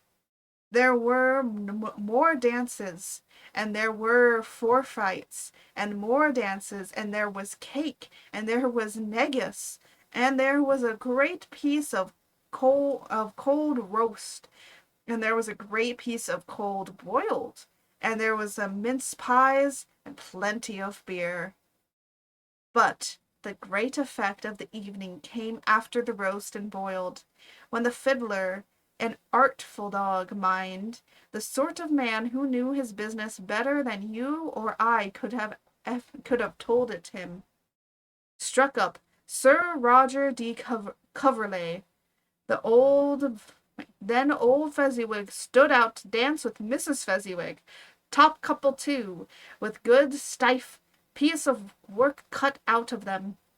3 or 4, 20 pair of partners, people who were not to be trifled with, people who would dance and had no notion of walking. Oh, and there's a picture of all of them having a happy, happy dance. So there's the fiddler. There's this is Fezziwig and Mrs. Fezziwig. I like how there's somebody holding up a holly leaf trying to get a nice smooch.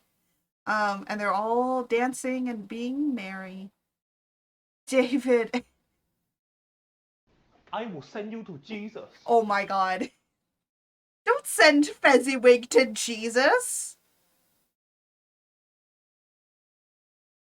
Well, technically he's already there, so we've got that covered.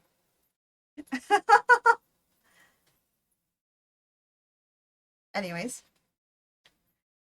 But if they had been twice as many, 4 times, old Fezziwig would have been at a match for them, and so would Mrs. Fezziwig. As to her, She was worthy to be his partner in every sense of the term. If that's not high praise, tell me higher, and I'll use it. A positive light appeared to issue from Fezziwig's calves. They shone in every part of the dance, little like moons. You couldn't have predicted at any given time that would have become of them next. And then old Fezziwig and Mrs. Fezziwig had gone all through the dance, advance and retire, both hands to your partner and bow courteously. Corkscrew, thread the needle, back again to. Okay, hold on, puppy. Come here. There you go. I got a puppy. Oh, you okay? You don't want to be. You don't want to be held. Okay. Yeah, you can lay right there. You're not gonna get in my way, really. Anyways, do. Oh, needle thread back again to your place. Fezziwig cut so definitively, that he appeared to wink with his legs, and came upon his feet again with a stagger. Oh my gosh. Uh, when the clock struck 11, the domestic ball broke up. Mr. and Mrs. Fezziwig took their stations, one on either side of the room, and shaking hands with every person individually as he or she went out, wished them or her a Merry Christmas. When everybody had retired, but the two apprentices, they did the same to them, and thus cheerful voices died away, and the lads were left to their beds, which were under a counter in the back shop. During the whole of this time, Scrooge had acted like a man out of his wits. His heart and soul were in the scene. With his former self, he correlated everything, remembered everything, enjoyed everything, and underwent the strangest agitation. It was not until now, when the bright faces of his former self and Dick were turned from them, and he remembered the ghost, and became conscious that it was looking full upon him, that the light upon its head burnt very clear. "A small matter," said the ghost, "to make these silly folks so full of gratitude." "Small?" echoed Scrooge. The spirit signed to him to listen to the two apprentices who were pouring out their hearts in praise of Fezziwig, and when he had done so, said, "Why is it not? He has but a few pounds of your mortal money, 3 or 4 perhaps. Is that so much that he deserves his praise?" "It is that," said Scrooge, heated by the remark, and speaking unconsciously like his former, not his later self. "It is that, spirit. He has the power to render us happy or unhappy, to make our service light or burdensome, a pleasure or a toil. Say that his power lies in words, and looks in things so slight and insignificant that it is impossible to add and count them up. What then? The happiness he gives is quite grateful, as it costs a fortune." He felt the spirit's glance and stopped. "What is this matter?" asked the ghost. "Nothing particular." "Something, I think," the ghost said. "No," said Scrooge. "No, I should think to be able to say a word or two to my clerk just now, that's all." His former self turned down the lamp as he gave utterance to the wish. Oh wait, is Scrooge speaking to us? I don't know. Who cares? He gave utterance to the wish, and Scrooge and the ghost again stood side by side in the open air.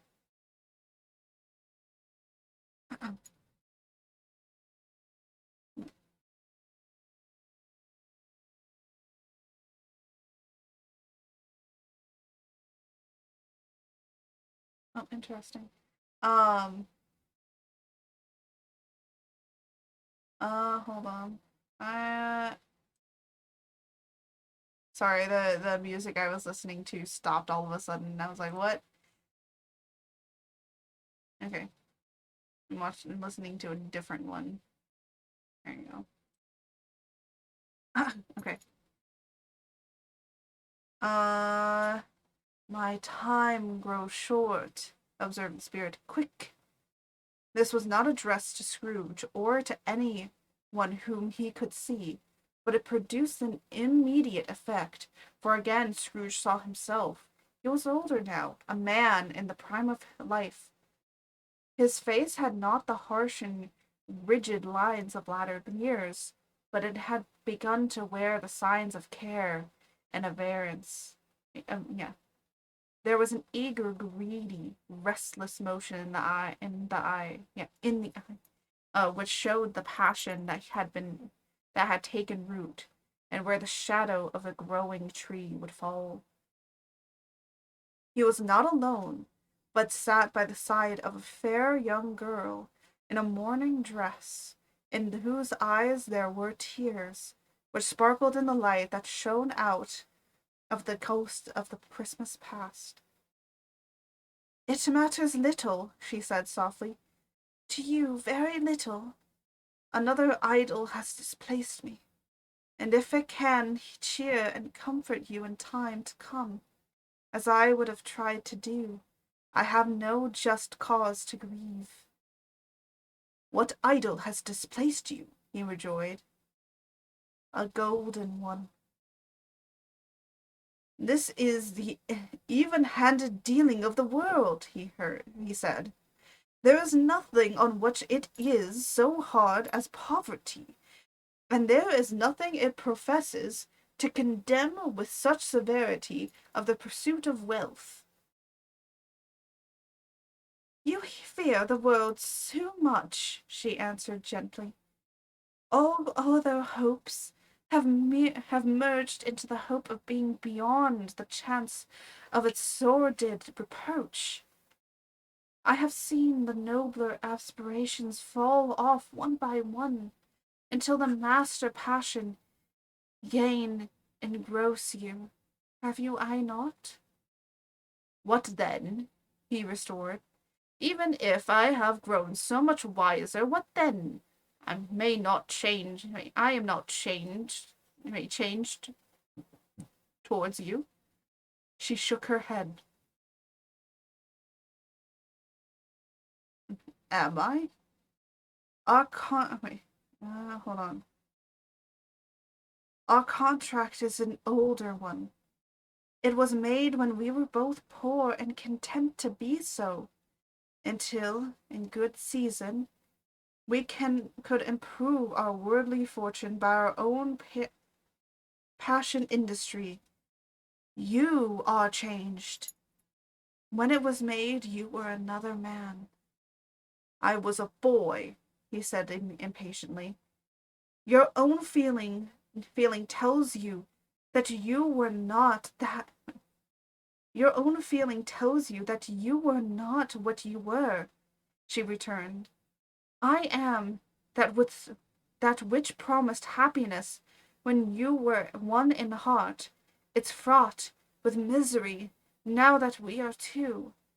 How often, how often and how nearly I have thought of this, I will not say. It is enough that I have thought of it, and can release you. Have have I ever sought release? In words? No, never. In what then?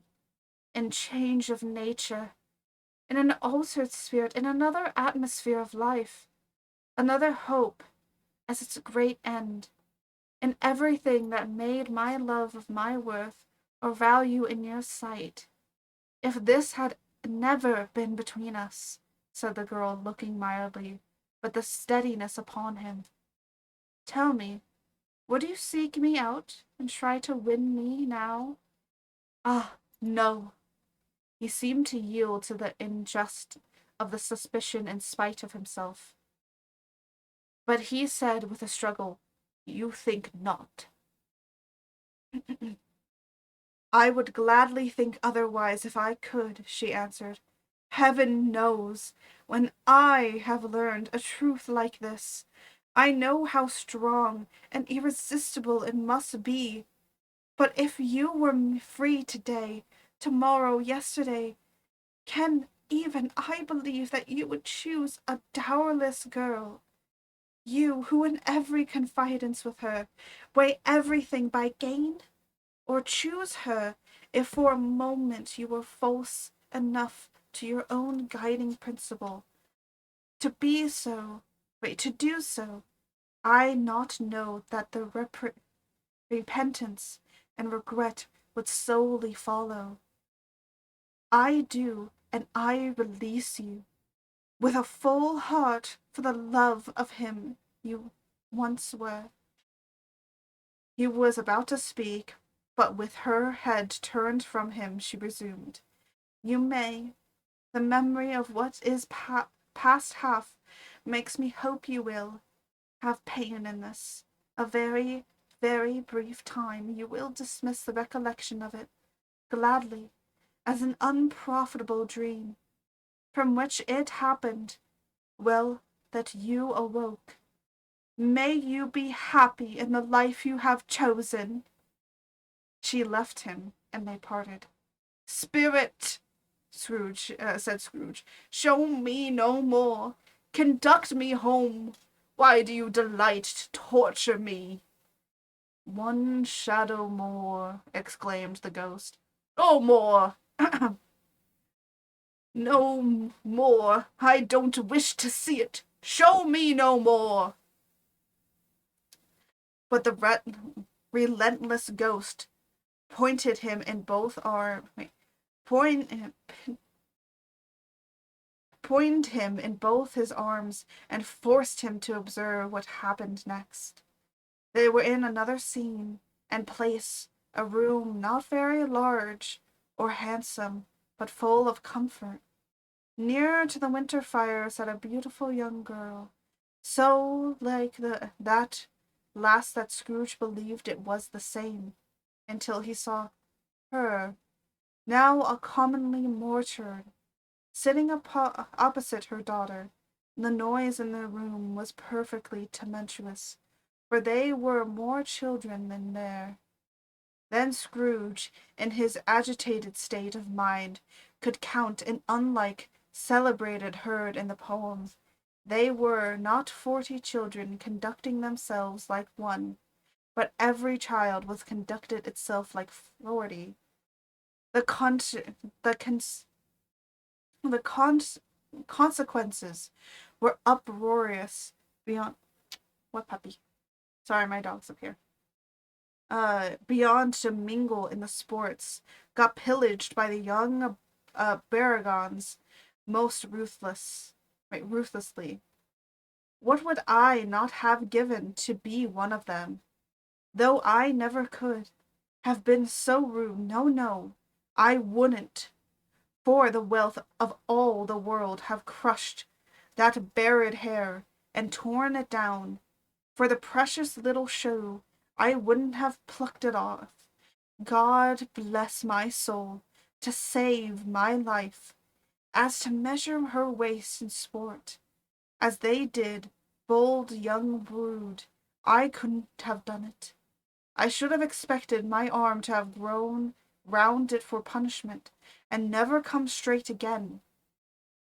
And yet I should have dearly liked, I own, to have touched her lips, to have questioned her, that she might have opened them, to have looked upon the lashes of the downcast eyes, and never raised a blush, to have let loose waves of hair, an inch of which would be.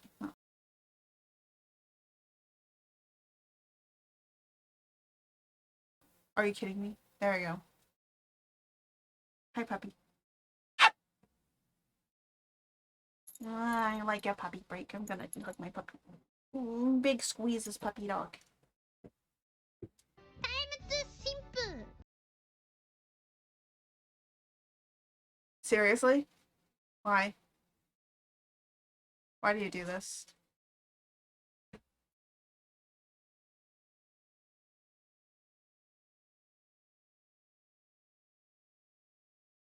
Oh, that's my place.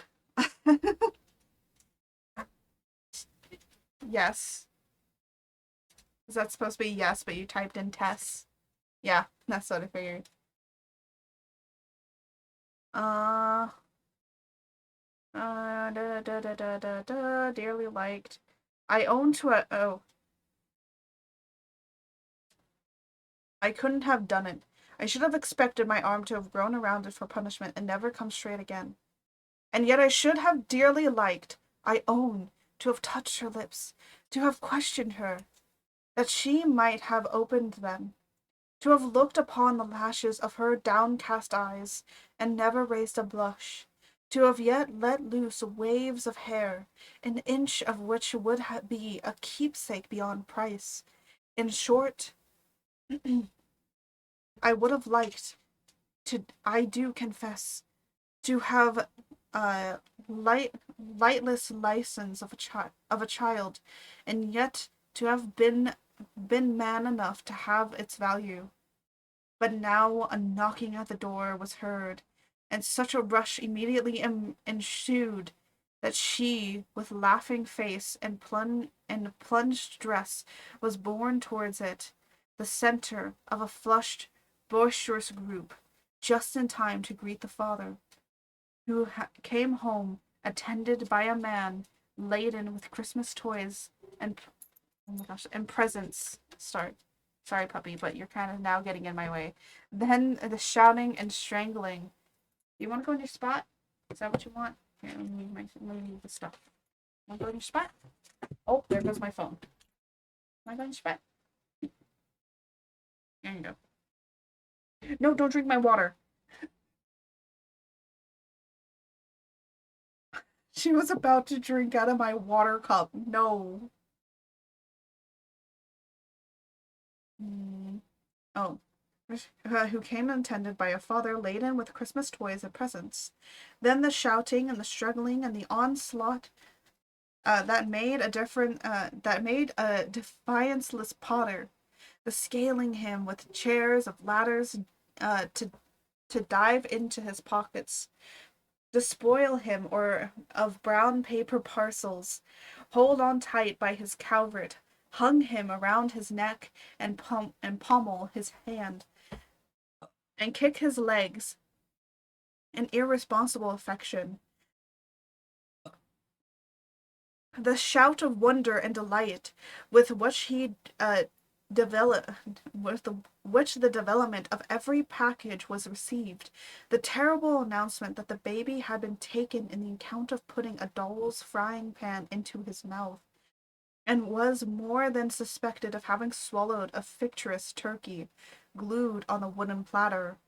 The immense relief of finding this false alarm, the joy and gratitude and ecstasy, they all indescribably alike.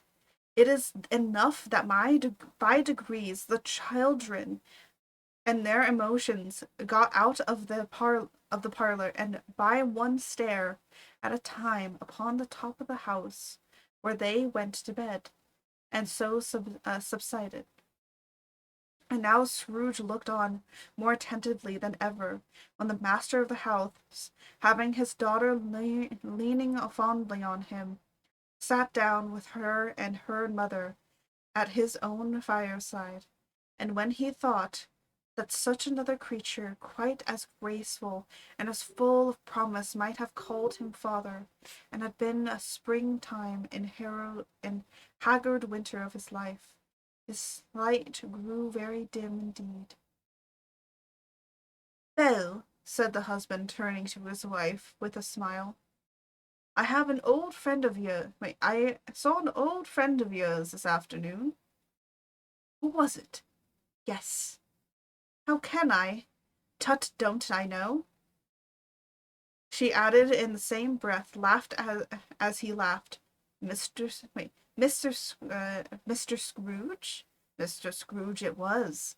I passed his office window, and as it was not shut up, and he had a candle inside, I could scarcely help seeing him.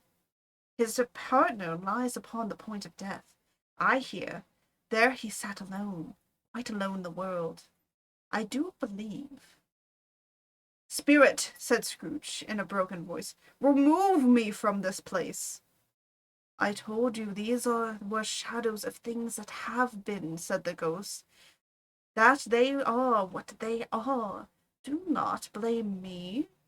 Remove me, Scrooge exclaimed. I cannot bear it.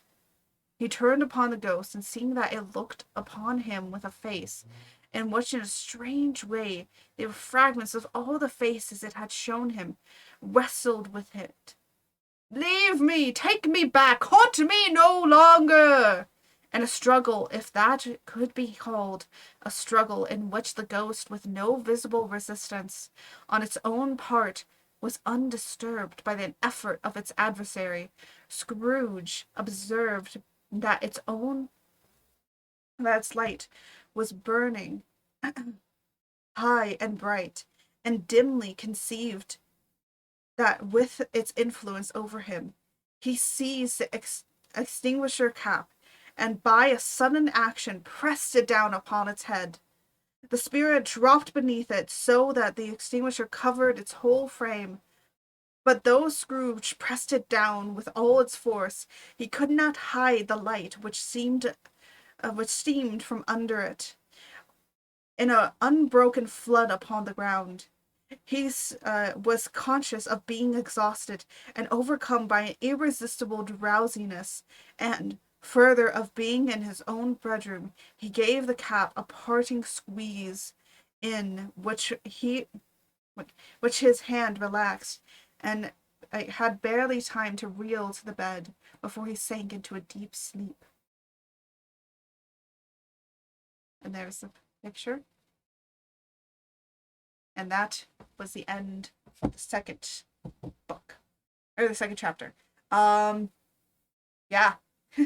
We will be doing the third, fourth, and fifth chapter next time. So that means that we will get the second ghost for chapter 3, and the third ghost will be chapter 5, and then chapter 4, and then chapter 5 will be the aftermath, the resolution of everything.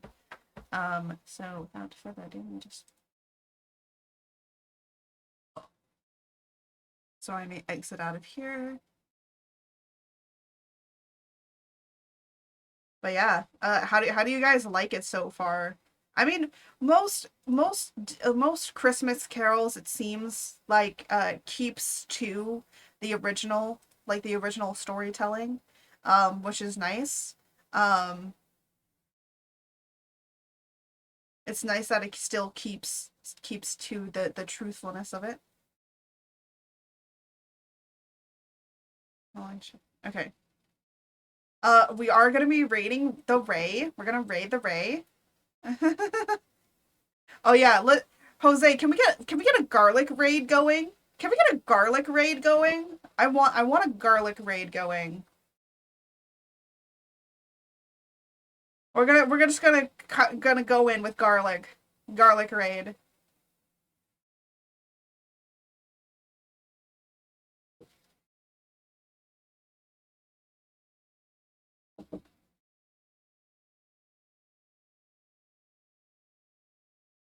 So yeah.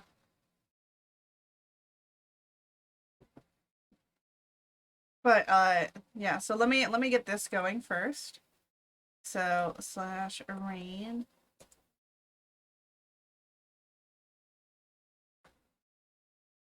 Jose, are we gonna get the raid, the garlic raid going, or are you trying to still figure out what emote to use? Or are you still eating your fucking In and Out? Jose, you're my only mod. Do I have to type it myself?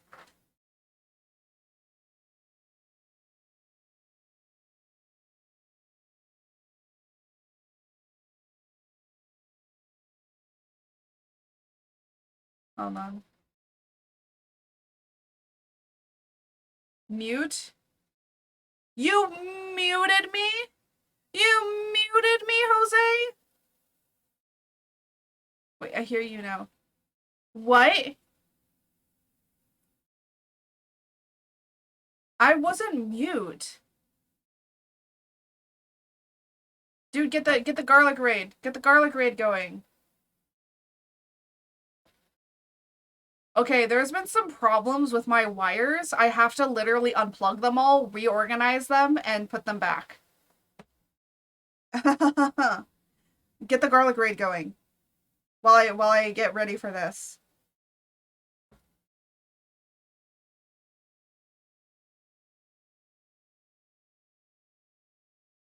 Because that's what we're gonna do. We're gonna shame the Ray.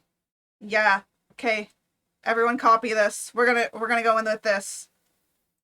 Okay, thank you all so much for watching. We will be continuing this and we will be finishing this tomorrow. So thank you all, and I shall see you next time. Oh, by the way, we will be playing more of Pokemon Violet so Monday and Wednesday will probably both be dedicated to it, depending. I might do Scarlet on Monday and then Potion Permit on Wednesday, so at least I have like different things I'm doing. But yeah, so yeah. But that's the plan that I have. But thank you all so much for watching. And as I always say, may the wind guide you until next time. Goodbye.